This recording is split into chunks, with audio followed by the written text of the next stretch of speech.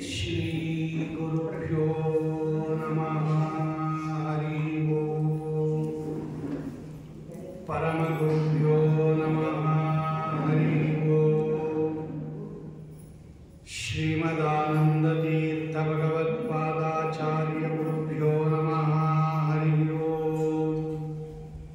श्रीमद्वायु हनुमद्भीम मध्वांतर्गत रामकृष्ण वेद व्यासात्मक श्री लक्ष्मी हयग्रीवाय नमः। हरि ओम।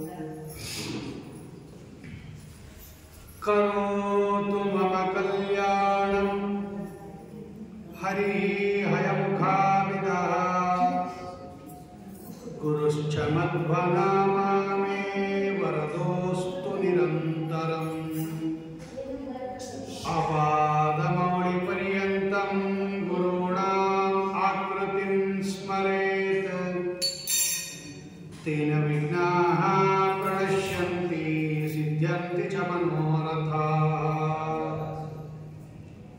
ॐ सृष्टिस्थित्यप्येह नियतिर्हितमो बन्धमोक्षश्च यस्मात् अस्य श्री ब्रह्मरुद्रप्रभृतिसुरनरद्वीषशत्रात्मकस्य विष्णोर्व्यस्ताः समस्ताः सकलगुणनिधिः सर्वदोषव्यपेतः पूर्णानन्दो अव्ययो यो गुरुरपि परमश्चिन्तयेतं महान्तम्।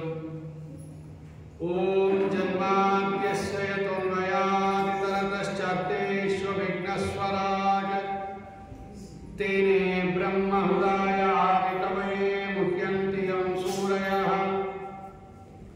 तेजो वारिमृदां यथा विनिमयो यत्र त्रिसर्गो वृषा धाम्ना स्वेन सदा निरस्तकुहकं सत्यं परं धीमहि।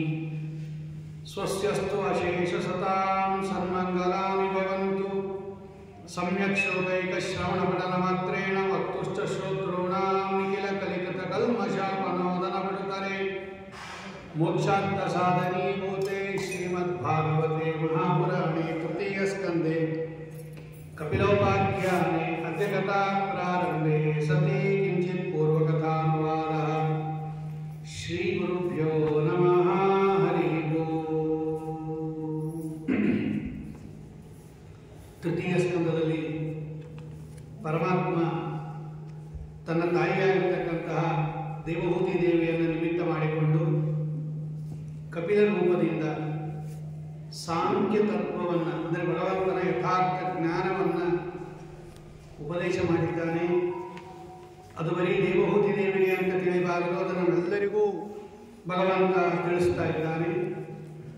ಹಾಗಾಗಿ ಆ ಕಪಿಲೋಪಾಖ್ಯಾನದ ಕೆಲವು ಭಾಗಗಳನ್ನು ನಾವು ನಿನ್ನೆ ನೋಡಿದೆವು. ಉಳಿದ ಭಾಗವನ್ನು ಇವತ್ತು ಚಿಂತನೆ ಮಾಡಿ ಚತುರ್ಥ ಸ್ಕಂದವನ್ನು ಚಿಂತನೆ ಮಾಡೋಣ. ದೇವಹೂತಿ ದೇವಿ ಕೇಳ್ತಾರೆ, ಪರಾಪರ ತತ್ವಗಳನ್ನು ಹೇಳು ಸ್ವಾಮಿ. ಪರತತ್ವ ಅಂದರೆ ಪರಮಾತ್ಮ ತತ್ವ, ಅಪರತತ್ವ ಅಂದರೆ ಜಗತ್ತತ್ವ. ಈ ಪರಾಪರ ತತ್ವಜ್ಞಾನ ಅನ್ನೋದು ಅತ್ಯಂತ ಅವಶ್ಯಕ. ಭಗವಂತ ಹೇಳುತ್ತಾನೆ, ಅತತೇ ಸಂಪ್ರವಕ್ಷ್ಯಾಮಿ ತತ್ವಾನಾಂ ಲಕ್ಷಣಂ ಪೃಥಕ್ ಯದ್ವಿದಿತ್ವಾ ವಿಮುಚ್ಯೇತ ಪುರುಷಃ ಪ್ರಾಕೃತೈರ್ಗುಣೈಃ. ಅಮ್ಮನಿಗೆ ತತ್ವಗಳ ಲಕ್ಷಣವನ್ನು ಹೇಳ್ತೀನಿ. ಪರತತ್ವ ಅಂದ್ರೇನು, ಅಪರತತ್ವ ಅಂದ್ರೇನು, ಯಾವುದನ್ನು ತಿಳ್ಕೊಂಡ್ರೆ ಈ ಸಂಸಾರ ಬಂಧನದಿಂದ ಈ ಮಾನವ ಬಿಡುಗಡೆ ಆಗುತ್ತಾನೆ, ಅದನ್ನು ಅವಶ್ಯವಾಗಿ ಹೇಳ್ತೀನಿ ಕೇಳು. ನಮ್ಮ ಸಂಸಾರ ಬಂಧನವನ್ನು ನಾಶ ಮಾಡುತ್ತೆ ಈ ಒಂದು ಚಿಂತನೆ. ಪರತತ್ವ ಅಂದರೆ ಪರಮಾತ್ಮ, ಅವನು ಅನಾದಿ, ಆತ್ಮ, ಪುರುಷ, ನಿರ್ಗುಣ, ಪ್ರಕೃತೆ ಪರಃ, ಪ್ರತ್ಯಗ್ಧಾಮ, ಸ್ವಯಂ ಜ್ಯೋತಿ, ವಿಶ್ವಂ ಏನ ಸಮನ್ವಿತಂ. ಈ ಭಗವಂತ ಇದ್ದಾನಲ್ಲ, ಇನ್ನು ಅನಾದಿ, ಉತ್ಪತ್ತಿ ನಾಶರಹಿತ. ಇವನು ಅನಾದಿ ಕಾಲದಿಂದ ಅನಂತ ಕಾಲದವರೆಗೆ ಇರ್ತಾನೆ ಪರಮಾತ್ಮ. ಸಕಲ ಜೀವರಾಶಿಗಳ ಹೃದಯದಲ್ಲಿ ಇರೋದರಿಂದ ಇವನಿಗೆ ಪುರುಷ ಅಂತ ಕರೀತಾರೆ. ಪ್ರಾಕೃತ ಗುಣರಹಿತನಾದ್ದರಿಂದ ಇವನಿಗೆ ನಿರ್ಗುಣ ಅಂತ ಕರೀತಾರೆ. ಪ್ರಕೃತಿ ಶಬ್ದವಾಚ್ಯರಾದ ರಮಾದೇವಿಗಿಂತ ಉತ್ತಮನಾಗಿದ್ದಾನೆ. ಪ್ರತ್ಯಗ್ಧಾನ ಅಂದರೆ ಒಳಗಡೆ ಇರ್ತಕ್ಕಂತಹ ಜೀವನಿಗೆ ಆಶ್ರಯನಾಗಿದ್ದಾನೆ, ಅಂದರೆ ಜೀವನ ಒಳಗೆ ಇದ್ದಾನೆ. ಸ್ವಯಂ ಜ್ಯೋತಿ ಅಂದರೆ ಇನ್ನೊಬ್ಬರ ಉಪದೇಶ ಇಲ್ಲದೆ ಜ್ಞಾನಸ್ವರೂಪನಾಗಿದ್ದಾನೆ. ಇಡೀ ಜಗತ್ತಿನಲ್ಲಿ ಇವನು ವ್ಯಾಪಿಸಿದ್ದಾನೆ. ನ ಜಾಯತೆ, ಇವನು ಹುಟ್ಟೋದಿಲ್ಲ. ನ ಮ್ರಿಯತೆ, ಮರಣ ಹೊಂದೋದಿಲ್ಲ. ದೇಹದಿಂದಲೂ ಭಗವಂತ ಉತ್ಪತ್ತಿಯಾಗೋದಿಲ್ಲ. ಹಾಗಾಗಿ ಇವನು ಇಂತಹ ಪರತತ್ವವನ್ನು ಪ್ರತಿಯೊಬ್ಬರು ತಿಳ್ಕೋಬೇಕು. ಇನ್ನು ಇವನ ಅಧೀನದಲ್ಲಿ ಇರ್ತಕ್ಕಂಥದ್ದು ಪ್ರಕೃತಿ, ಲಕ್ಷ್ಮೀದೇವಿ, ಸೂಕ್ಷ್ಮಂ ದೈವೀಂ ಗುಣಮಯೀಂ ವಿಭು, ತ್ರಿಗುಣಾತ್ಮಕವಾಗಿರ್ತಕ್ಕಂತಹ ಪ್ರಕೃತಿಯರು. ಅದಕ್ಕೆ ಲಕ್ಷ್ಮೀದೇವಿ ಒಡೆಯಳಾಗಿದ್ದಾಳೆ. ಇಂತಹ ಪ್ರಕೃತಿಯನ್ನು ಇಟ್ಟುಕೊಂಡು ಭಗವಂತ ಜಗತ್ತನ್ನು ಅನಾಯಾಸವಾಗಿ ಗುಣಾಯಿ ವಿಚಿತ್ರ ಸೃಜತಿ ಸ್ವರೂಪ ಪ್ರಗತಿ ಪ್ರಜಾ, ನಾನಾ ಗುಣಗಳಿಂದ ಕೂಡಿರತಕ್ಕಂತಹ ಪ್ರಜೆಗಳನ್ನು ಭಗವಂತ ಸೃಷ್ಟಿ ಮಾಡುತ್ತಾನೆ, ಮಹದಾದಿ ತತ್ವಗಳನ್ನು. ಲಕ್ಷ್ಮೀದೇವಿ ಕಾರ್ಯಕಾರಣ ಕರ್ತೃತ್ವೇ ಕಾರಣ ಪ್ರಕೃತಿ ವಿದು ಭೋಕ್ತೃತ್ವೇ ಸುಖದುಃಖಾನ ಪುರುಷ ಪ್ರಕೃತಿ ಪರ. ಪ್ರಕೃತಿಯಿಂದ ಈ ದೇಹವನ್ನು ನಿರ್ಮಾಣ ಮಾಡಿ ಭಗವಂತ ಅದರೊಳಗಡೆ ಈ ಜೀವನವನ್ನು ಸೇರಿಸಿ ಅವನ ಕರ್ಮಾನುಸಾರವಾಗಿ ಸುಖ ದುಃಖಗಳನ್ನು ಭೋಗ ಮಾಡಿಸ್ತಾನೆ. ಹಾಗಾಗಿ ಭಗವಂತ ಪ್ರಕೃತಿ ಶಬ್ದವಚ್ಚಳಾದ ರಮಾದೇವಿಗಿಂತ ಉತ್ತಮನಾಗಿದ್ದಾನೆ. ಭಗವಂತ ಪರಮಾತ್ಮ ಹೇಳುತ್ತಾನೆ, ಪಂಚವಿಹಿ ಪಂಚವಿರ್ಬ್ರಹ್ಮ ಚತುರ್ಭಿಃ ದಶಭಿಸ್ತತ ಏತತ್ ಚತುರ್ವಂಶತಿಕಂ ಗಣಂ ಪ್ರಾಧಾನಿಕಂ ವಿದು. ತತ್ವಗಳು ಎಷ್ಟಿದೆ ಅಂತ ಕೇಳಿದವರು. ಆಗ ಭಗವಂತ ಹೇಳ್ತಾನೆ, ಪಂಚವಿಹಿ ಬ್ರಹ್ಮ ಚತುರ್ಭಿಃ ದಶಭಿಸ್ತತ.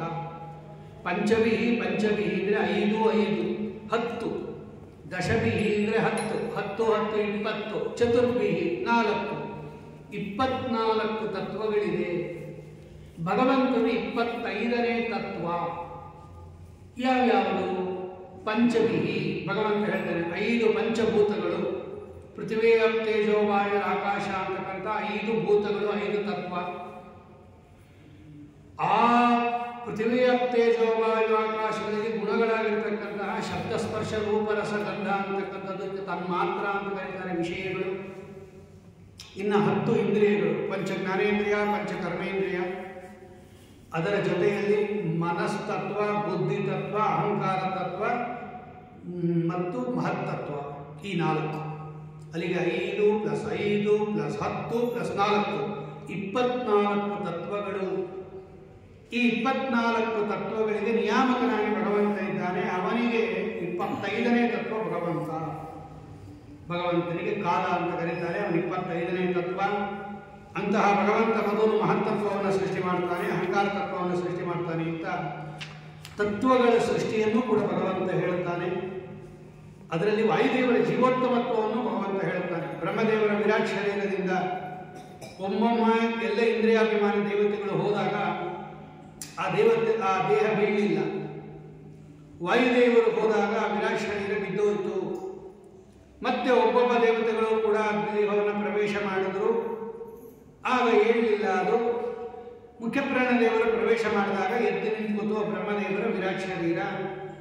ಇದರಿಂದ ಗೊತ್ತಾಗುತ್ತೆ ನಮಗೆ, ಯಾರು ಹೊರಗೆ ಹೋದಾಗ ಬಿದ್ದೋಗುತ್ತೋ, ಯಾರು ಒಳಗೆ ಬಂದಾಗ ಎದ್ದೇಳುತ್ತೋ ಅಂತಹ ಮಹಾನುಭಾವನಾದ ಪ್ರಾಣದೇವರು ಎಲ್ಲ ದೇವತೆಗಳಿಗಿಂತ ಅತ್ಯಂತ ಶ್ರೇಷ್ಠನಾಗಿರ್ತಕ್ಕಂಥವನು ಅಂತಕ್ಕಂತಹ ಉಪನಿಷತ್ತಿನ ಕಥೆಯನ್ನು ಭಾಗವತವೂ ಹೇಳುತ್ತೆ. ಅದಕ್ಕೆ ಪ್ರಾಣದೇವರಿಗೆ ಇಂದ್ರಿಯಗಳೆಲ್ಲ ಶ್ರೇಷ್ಠ ಅವರಂದರೆ ಪ್ರಾಣೇಶ್ವರ ಅಂತ ಕರೀತಾರೆ. ಅಂದರೆ ಎಲ್ಲ ಇಂದ್ರಿಯಾಭಿಮಾನಿ ದೇವತೆಗಳಿಗೆ ನಿಯಾಮಕರಾಗಿರ್ತಕ್ಕಂತಹ ಮಹಾನುಭಾವರು ಅಂತ ಹೇಳಿ, ತದನಂತರದಲ್ಲಿ ಈ ಭಗವಂತನಿಗೆ ವಿಕಾರ ಇಲ್ಲ ಅಂತಕ್ಕಂತಹ ವಿಷಯವನ್ನು ಹೇಳುತ್ತಾರೆ. ಏನು? ಪ್ರಕೃತಿಸ್ಥೋಪಿ ಪುರುಷ ನಾಜ್ಯತೆ ಪ್ರಕೃತೆ ಗುಣೈ ಅವಿಕಾರಾತ್ ಅಕರ್ತೃತ್ವಾತ್ ನಿರ್ಗುಣತ್ವಾತ್ ಜಲಾತ್ಮವತ್. ಈ ದೇವಹೂತಿ ದೇವಿ ಒಂದು ಪ್ರಶ್ನೆ ಕೇಳ್ತಾಳೆ ಭಗವಂತನನ್ನು. ಈ ತುಂಬ ತತ್ವ ಜಾಸ್ತಿ ಕಪಿಲೋಪಾಖ್ಯಾನದಲ್ಲಿ. ನೋಡು ಪರಮಾತ್ಮ, ಈ ದೇಹ ಇದೆ, ಪ್ರಕೃತಿಯಿಂದ ನಿರ್ಮಾಣವಾದ ದೇಹ ಇದೆ, ಪಾಂಚಭೌತಿಕ ದೇಹ. ಇದರಲ್ಲಿ ಜೀವ ಇದ್ದಾನೆ, ಪರಮಾತ್ಮನು ಇದ್ದಾನೆ. ಆದರೆ ಈ ದೇಹದಿಂದ ಉಂಟಾಗತಕ್ಕಂತಹ ದುಃಖಗಳು ಭಗವಂತನಿಗೆ ಆಗಲಿಲ್ಲ ಅಂತ ನೀ ಹೇಳ್ತಾ ಇದೆಯಾ. ಆದರೆ ಲೋಕದಲ್ಲಿ ಒಂದೇ ಕಡೆ ಇರತಕ್ಕಂತಹ ವ್ಯಕ್ತಿಗಳಿಗೆ ಇಬ್ಬರಿಗೂ ದುಃಖ ಆಗಬೇಕು. ಈಗ ಮನೆ ಇದೆ, ಮನೆಯಲ್ಲಿ ಇಬ್ಬರಿದ್ದಾರೆ. ಮನೆ ಏನಾದರೂ ಹತ್ಕೊಂಡ್ಬಿಟ್ರೆ, ಮನೆಗೆ ಏನಾದರೂ ಬೆಂಕಿ ಬಿದ್ದರೆ ಇಬ್ಬರು ಸುಟ್ಟೋಗ್ತಾರಲ್ವಾ? ಒಬ್ಬ ಸುಡ್ತಾನೆ, ಒಬ್ಬ ಸುಡಲ್ಲ ಅನ್ನೋದು ಅವ್ನು ಹೆಂಗೆ ಕೂಡುತ್ತೆ ಅಂತ ಪ್ರಶ್ನೆ. ಅದಕ್ಕೆ ಪರಮಾತ್ಮ ಹೇಳ್ತಾನೆ, ಹಂಗೇನಿಲ್ಲ, ಹಂಗೆ ನಿಯಮ ಇಲ್ಲ. ಓಂ ಸಂಭೋಗ ಪ್ರಾಪ್ತಿ ರೀತಿ ಚೇನ ವೈಶೇಷ್ಯಾತ ಓಂ ಅಂತ ಒಂದು ಸೂತ್ರ ಇದೆ. ಅಂದರೆ ನಮ್ಮ ದೇಹದೊಳಗೆ ಜೀವ ಮತ್ತು ಪರಮಾತ್ಮ ಇಬ್ಬರೂ ಇದ್ದರೂ ಕೂಡ ಈ ದೇಹದಿಂದ ಉಂಟಾಗತಕ್ಕಂತಹ ಸುಖ ದುಃಖಾದಿಗಳು ಭಗವಂತನಿಗೆ ಆಗೋದಿಲ್ಲ. ಯಾಕೆ? ವೈಶೇಷ್ಯ, ಅವನು ವಿಶಿಷ್ಟನಾಗಿದ್ದಾನೆ. ಯಾರಿಗೆ ಕರ್ಮದ ಬಂಧ ಇರುತ್ತೆ ಅವರಿಗೆ ದುಃಖ ಆಗುತ್ತೆ ಹೊರತು ಕರ್ಮಾತೀತನಾಗಿರ್ತಕ್ಕಂತಹ ಭಗವಂತನಿಗೆ ಕಾರಣ ಇಲ್ಲದೆ ಇರೋದರಿಂದ ದುಃಖ ಆಗಲ್ಲ. ಸ್ವಾಮಿ ಹೇಳ್ತಾನೆ, ಅವಿಕಾರಾತ್ ಅಕರ್ತೃತ್ವಾತ್ ನಿರ್ಗುಣತ್ವಾತ್ ಜಲಾತ್ಮವತ್. ನಾನು ವಿಕಾರ ಹೊಂದೋದಿಲ್ಲ, ಈ ಜೀವ ವಿಕಾರ ಹೊಂದುತ್ತಾನೆ. ಜೀವ ಅಂದರೆ ಉತ್ಕೃಷ್ಟವಾಗಿರ್ತಕ್ಕಂತಹ, ಅಂದರೆ ಅದಕ್ಕೆ ತಕ್ಕಂತೆ ದೇಹ ಒಂದು ವಿಕಾರ ಆಗುತ್ತೆ. ಜೀವ ವಿಕಾರ ಆಗದೆ ಇದ್ದು ದೇಹ ವಿಕಾರ ಆಗುತ್ತೆ. ಭಗವಂತ ನಿರ್ವಿಕಾರನಾದ್ದರಿಂದ ಅನಾಯಾಸವಾಗಿ ಕೆಲಸ ಮಾಡೋದರಿಂದ ಮತ್ತು ನಿರ್ಗುಣತ್ವ ಪ್ರಾಕೃತ ಗುಣರಹಿತನಾಗಿರೋದ್ರಿಂದ ಭಗವಂತನ ಪ್ರಾಕೃತ ಗುಣಗಳಿಂದ ಕೂಡೋದಿಲ್ಲ. ಅದಕ್ಕೆ ಭಗವಂತನಿಗೆ ದುಃಖ ಆಗೋದಿಲ್ಲ. ಹೆಂಗೆ? ಅದು ಜಲಾರ್ಕವತ್ತು. ಈಗ ನೋಡಿ, ನೀರು ಕೆಳಗಡೆ ಹರಿತಾ ಇರುತ್ತೆ, ನದಿ ಮೇಲೆ ಸೂರ್ಯ ಇದ್ದಾನೆ. ಆ ಸೂರ್ಯನ ಬಿಂಬ ನದಿಯಲ್ಲಿ ಬೀಳುತ್ತೆ. ಆ ನದಿ ನೀರು ಹರಿತಾ ಇರೋದರಿಂದ ಸೂರ್ಯನ ಬಿಂಬನು ಚಲನೆ ಮಾಡ್ದಂಗೆ ಕಾಣುತ್ತೆ. ಅಂದರೆ ಆ ಸೂರ್ಯನ ಬಿಂಬನು ಈಗ ಅಲ್ಲಾಡುವಂತೆ ಕಾಣುತ್ತೆ. ಆ ಅಲ್ಲಾಡುವಿಕೆ ಅನ್ನೋದು ಸೂರ್ಯನಿಗಿಲ್ಲ, ಈ ಸೂರ್ಯನ ಬಿಂಬಕ್ಕಿದೆ. ಹಾಗೆ ಬಿಂಬರೂಪನಾದ ಭಗವಂತನಿಗೆ ಏನೂ ವಿಕಾರ ಇಲ್ಲ. ಬಿಂಬನಾದ ಭಗವಂತನಿಗೆ ಏನೂ ವಿಕಾರ ಇಲ್ಲ. ಆದರೆ ಪ್ರತಿಬಿಂಬನಾಗಿರ್ತಕ್ಕಂತಹ ಜೀವನಿಗೆ ಅದಿರುತ್ತೆ. ಇವನಿಗೆ ಹಾಕೋದ್ರೆ ಯಾಕಿದೆ ಅಂತ ಹೇಳಿದ್ರೆ, ಇವನೇನು ಮಾಡ್ತಾನೆ, ಭಗವಂತನ ಅಧೀನದಲ್ಲಿರ್ತಕ್ಕಂತಹ ಸುಖ ದುಃಖಾದಿಗಳನ್ನು ಅಹಂಕಾರ ವಿಮೂಢಾತ್ಮ ಕರ್ತಾರಂ ಅಸ್ಮಿ ಕರ್ತಾಸ್ಮಿ ಅಭಿಮನ್ಯತೆ. ನಾನೇ ಸ್ವತಂತ್ರ ಕರ್ತ, ಇವುಗಳಿಗೆಲ್ಲ ನನ್ನಿಂದಲೇ ಹಿಂಗಾಯಿತು ಅಂತ ತಿಳ್ಕೊಂಡ್ಬಿಡ್ತಾನೆ. ಈ ಸುಖಕ್ಕೂ ನಾನೇ ಕಾರಣ, ದುಃಖಕ್ಕೂ ನಾನೇ ಕಾರಣ ಅಂತ ನನ್ನಿಂದಲೇ ಇದು ಸ್ವತಂತ್ರವಾಗಾಯಿತು ಅಂತ ತಿಳ್ಕೊಂಡ್ಬಿಡ್ತಾನೆ. ಈ ಕರ್ತೃತ್ವಾಭಿಮಾನ ಭೋಕ್ತೃತ್ವಾಭಿಮಾನ ಇದೆಯಲ್ಲ, ಇದು ಜೀವನನ್ನು ಈ ಸಂಸಾರದಲ್ಲಿ ತಡೆದಿದೆ ಅಥವಾ ಬಂಧನದಲ್ಲಿದೆ ಅಂತ ಹೇಳಿ ಮೋಕ್ಷ ಸಾಧನ ಏನು ಅಂತ ಕೇಳ್ತಾನೆ. ಏನು ಮಾಡಿದರೆ ಮೋಕ್ಷ ಆಗುತ್ತೆ ಭಗವಂತ ಅಂದಾಗ, ಯಮಾದಿಭಿ ಯೋಗಪತ್ಯೈ ಅಭ್ಯಸಂಚ ದ್ವಯಾನ್ವಿತಃ ಮಯಿ ಭಾವೇನ ಸತ್ಯೇನ ಮತ್ಕಥಾ ಶ್ರವಣೇನ ಚ ಸರ್ವಭೂತ ಸಮತ್ವೇನ ನಿರ್ವೈರೇಣ ಅಪ್ರಸಂಗತಃ ಬ್ರಹ್ಮಚರ್ಯೇಣ ಮೌನೇನ ಸ್ವಧರ್ಮೇಣ ಮಹೀಯಸ ಯದೃಚ್ಛಯ ಉಪಲಬ್ಧೇನ ಸಂತುಷ್ಟೋ ಮಿತಬುತ್ ಮುನಿ ವಿವಕ್ತ ಶರಣಶಾಂತೋ ಮೈತ್ರಃ ಕರುಣಾತ್ಮವಾನ್. ನಿನ್ನೆ ಹೇಳಿದ್ದನ್ನೇ ಭಗವಂತ ಮತ್ತೆ ಹೇಳ್ತಾ ಇದ್ದಾನೆ.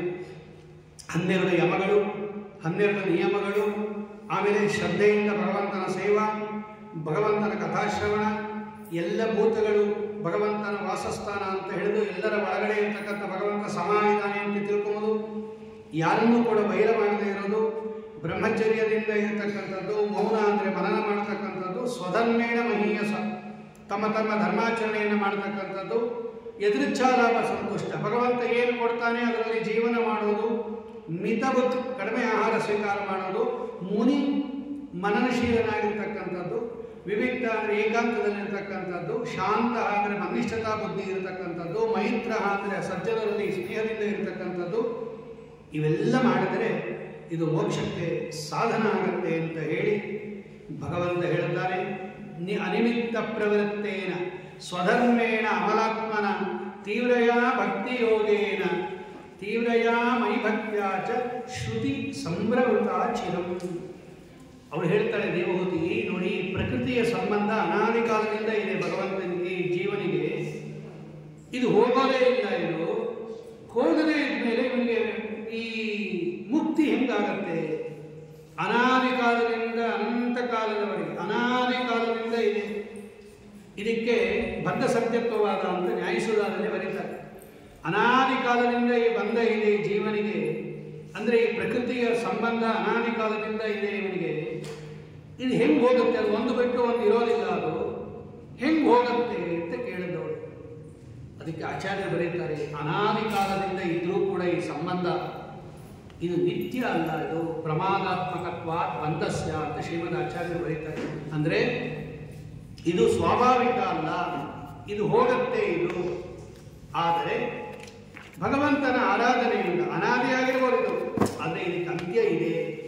ಇದೇನು ಶಾಶ್ವತ ಅಲ್ಲ, ಅದು ಅನಿಮಿತ್ತ ಪ್ರವೃತ್ತೇನ ಸ್ವಧರ್ಮೇಣ ಅಮಲಾತ್ಮನ ತೀವ್ರಯ ಮೈಭಕ್ತ್ಯ ಚ ಶ್ರುತಿ ಸಮೃತಯ ಚಿರಾತ್. ಅನಾದಿ ಕಾಲದಿಂದ ಇರತಕ್ಕಂತಹ ಈ ಬಂಧನವನ್ನು ಹೆಂಗೆ ಕಳ್ಕೋಬಹುದು ಜೀವ ಅಂದರೆ ಅನಿಮಿತ್ತ ಪ್ರವೃತ್ತೇನ, ನಿಮಿತ್ತ ಇಲ್ಲದಂಗೆ ಭಗವಂತನಲ್ಲಿ ಧರ್ಮಾಚರಣೆಯನ್ನು ಮಾಡಬೇಕು. ಅಂದರೆ ಫಲ ಅಪೇಕ್ಷೆ ಇಲ್ಲದೆ ಕರ್ಮಾಚರಣೆಯನ್ನು ಮಾಡಬೇಕು. ವೇದಾಂತ ಶಾಸ್ತ್ರ ಶ್ರವಣದಿಂದ ಭಕ್ತಿಯನ್ನು ಬೆಳೆಸ್ಕೋಬೇಕು. ಆಮೇಲೆ ದೃಷ್ಟತತ್ವೇನ ವೈರಾಗ್ಯೇನ ಬಲೀಯಸ, ಆ ಭಗವಂತನ ಜ್ಞಾನದಿಂದ ಪದಾರ್ಥಗಳಲ್ಲಿ ವೈರಾಗ್ಯವನ್ನು ಹೊಂದಬೇಕು. ತಪಸ್ಸಿನಿಂದ ಯೋಗದಿಂದ ತೀವ್ರೇಣ ಆತ್ಮ ಸಮಾಧಿನ ಏಕಾಗ್ರತೆಯಿಂದ ಅದೇನಾಗುತ್ತೆ ಅಂದರೆ ಈ ಪ್ರಕೃತಿ ಬಂಧನ ಮಾಡಿರ್ತಕ್ಕಂತಹ ಪ್ರಕೃತಿ ತಾನೇ ತಾನಾಗಿ ಸುಟ್ಟೋಗುತ್ತೆ. ಅದು ಹೇಗೆ ಬೆಂಕಿಯಿಂದ ಅರಣಿ ಕಟ್ಟಿಗೆ ಸುಟ್ಟೋಗುತ್ತೋ ಹಾಗೆ ಅನಾದಿಯಾಗಿರ್ತಕ್ಕಂತಹ ಈ ಪ್ರಕೃತಿಯ ಬಂಧ ಭಗವಂತನ ಜ್ಞಾನಾಗ್ನಿಯಿಂದ ಸುಟ್ಟೋಗುತ್ತೆ. ಆಗ ಇವನು ಉತ್ಕೃಷ್ಟವಾಗಿರ್ತಕ್ಕಂತಹ ರೀತಿಯಲ್ಲಿ ಮೋಕ್ಷವನ್ನು ಹೊಂದುತ್ತಾನೆ ಅಂತ ಹೇಳಿ ಭಗವಂತನಿಗೆ ದೇವಹೂತಿ ದೇವಿಗೆ ಅದನ್ನೂ ಕೂಡ ಭಗವಂತ ನಿರೂಪಣೆ ಮಾಡಿ, ಭಕ್ತಿ ಯೋಗ ಅಂದ್ರೆ ಏನು ಅಂತ ಕೇಳ್ತಾಳೆ ದೇವಹೂತಿ. ಭಗವಂತ ಭಕ್ತಿಯೋಗ ಬಹುವಿಧ ಮಾರ್ಗೈರ್ಭಾಮಿ ಭಾವ್ಯತೆ ಸ್ವಭಾವ ಗುಣಮಾರ್ಗೇಣ ಪುಂಸಾಂ ಭಾವೋ ವಿಭಿದ್ಯತೆ. ತಾಮಸ ಭಕ್ತಿ, ರಾಜಸ ಭಕ್ತಿ, ಸಾತ್ವಿಕ ಭಕ್ತಿ ಅಂತ ಭಕ್ತಿಯಲ್ಲಿ ಮೂರು ಭಕ್ತಿ ಮಾಡ್ತಾನೆ ಅವನು.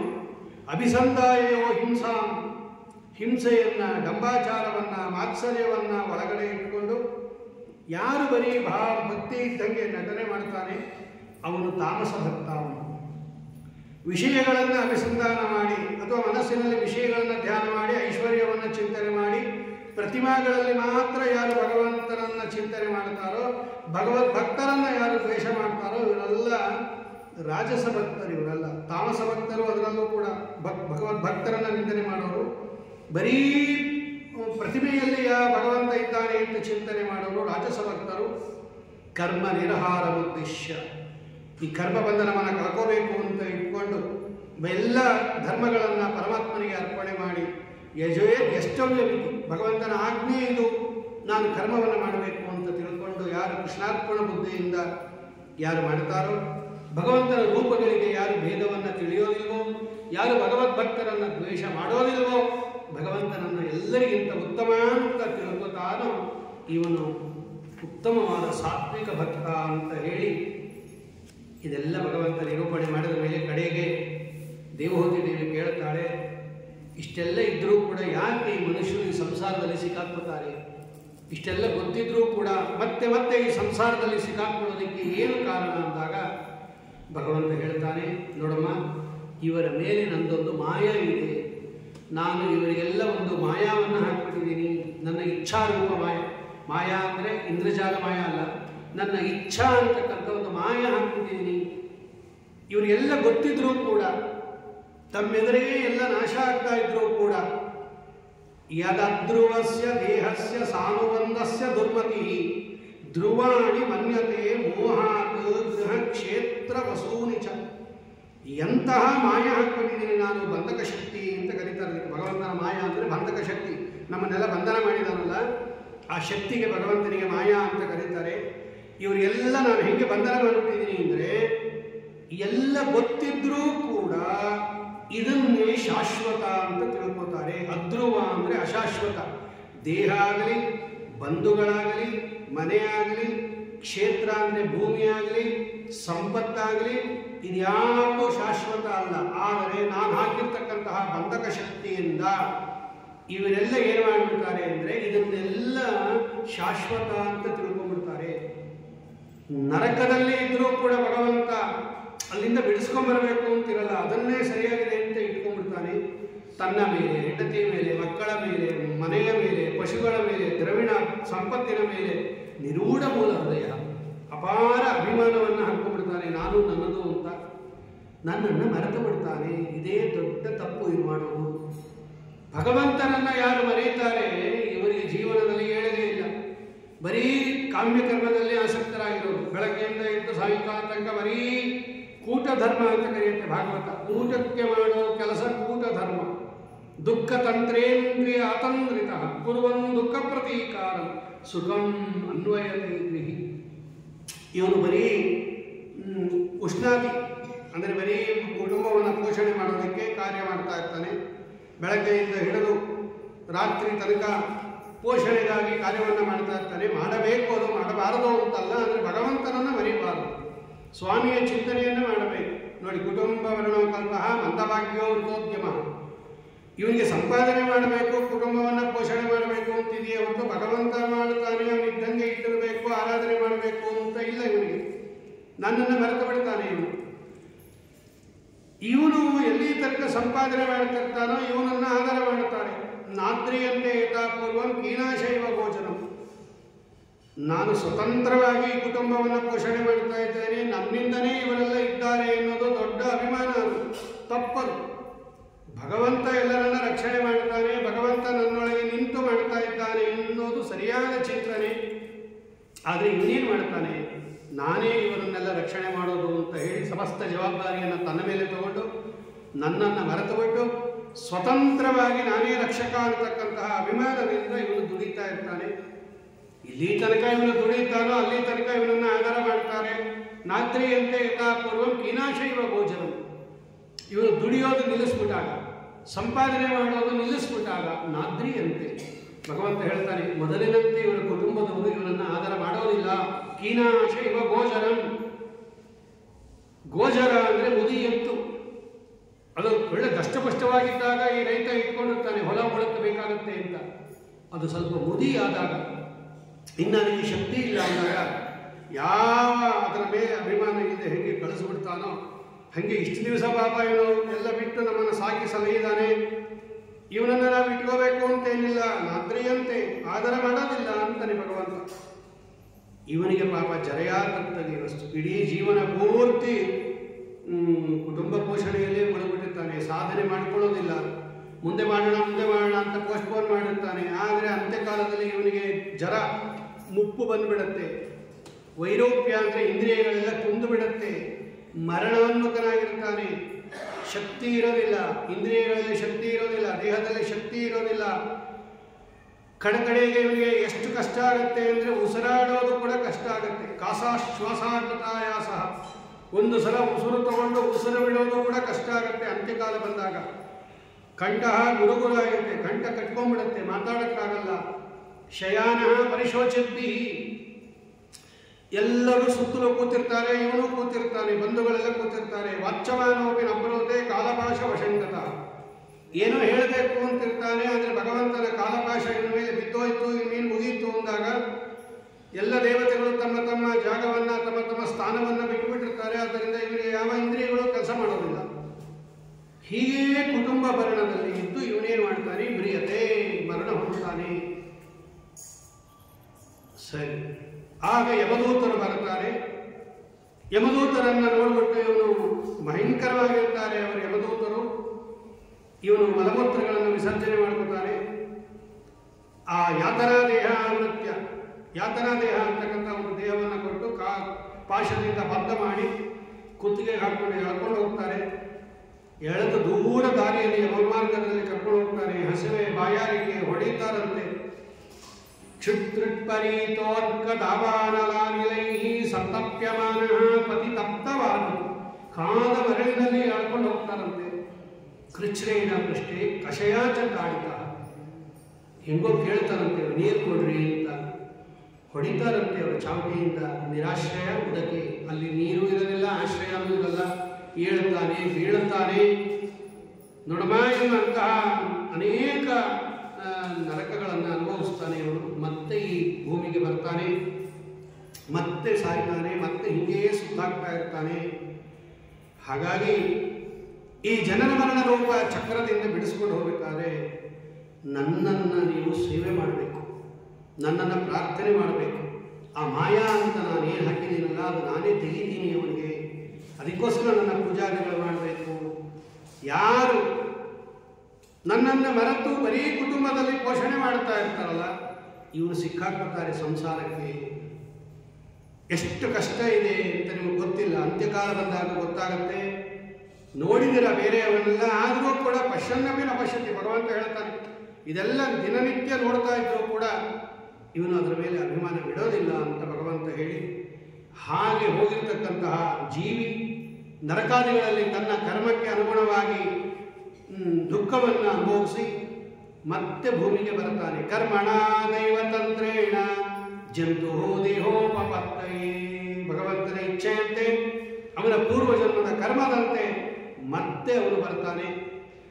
ಮಳೆಯ ಮುಖಾಂತರ ಭೂಮಿಗೆ ಬರ್ತಾನೆ, ಆಮೇಲೆ ಬೆಳೆ ಒಳಗೆ ಅಂದರೆ ಧಾನ್ಯದ ಒಳಗೆ ಸೇರ್ಕೊತಾನೆ, ಆಮೇಲೆ ಪುರುಷನ ದೇಹದ ಒಳಗೆ ಸೇರ್ಕೊತಾನೆ.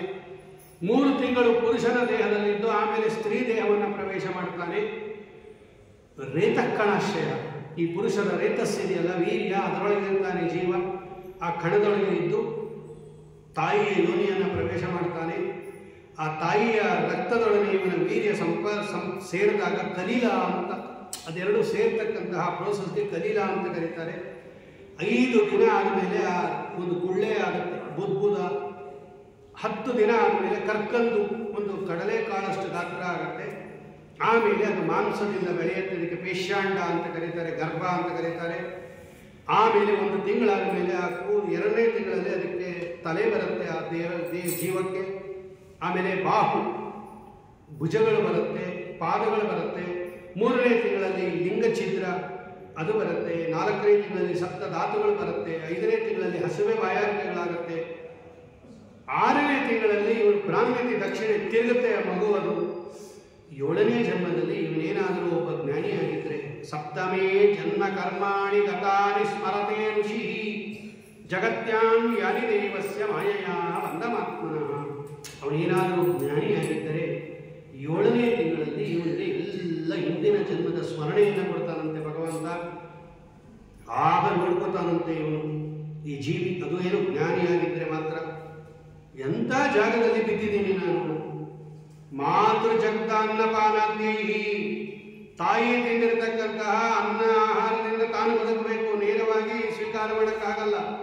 ತಾಯಿ ತಿಂದಿರತಕ್ಕಂತಹ ಅನ್ನ ಅದು ಆಪ್ಯಾಯಿನಿ ನಾಡಿಯ ಮೂಲಕ ಈ ಕೂಸು ಹೋಗುತ್ತೆ.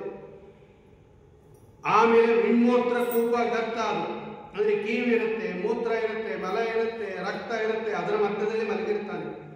ಅಲ್ಲಿ ಹುಟ್ಟಿರತಕ್ಕಂತಹ ಜಂತುಗಳು, ಕ್ರಿಮಿಗಳು ಕಚ್ಚುತ್ತಾ ಇರುತ್ತೆ ಇವನನ್ನು. ಕ್ರಿಮಿವಿ ಕ್ಷತಕಂಡೋ ಅಂಗ, ಚೆನ್ನಾಗಿ ಕಚ್ಚುತ್ತಾ ಇರುತ್ತೆ. ಇವನಿಗೆ ತುಡಿಸ್ಕೊಳಕ್ಕಾಗೋದಿಲ್ಲ. ಆಗ ತಾನೇ ಹುಟ್ಟಿರ್ತಕ್ಕಂಥ ಚರ್ಮ, ಆದ್ದರಿಂದ ಪ್ರತಿ ಕ್ಷಣದಲ್ಲೂ ಚುಚ್ಚುತ್ತಾ ಇರುತ್ತಂತೆ. ಅದು ಗರ್ಭವಾಸ ದುಃಖ ಮಹಾ ಕಷ್ಟ. ಮೂರ್ಛೆ ಹೋಗ್ತಾನಂತೆ, ಮತ್ತೆ ಮತ್ತೆ ಮೂರ್ಛೆ ಹೋಗ್ತಾನೆ, ಮತ್ತೆ ಮತ್ತೆ ಹೇಳ್ತಾನೆ. ಹಸಿವೆ ಬಾಯಾರಿಕೆ, ಅದರ ಮೇಲೆ ಜಾಠರಾಗ್ನಿ ಬೇರೆ, ಅಲ್ಲೇ ಜಠರ ಇದೆ, ತಾಯಿಯ ಉದರದಲ್ಲಿ ಜಠರ ಇದೆ, ಅಲ್ಲೇ ಪಕ್ಕದಲ್ಲಿ ಮಲಗಿರ್ತಾನೆ ಇವನು.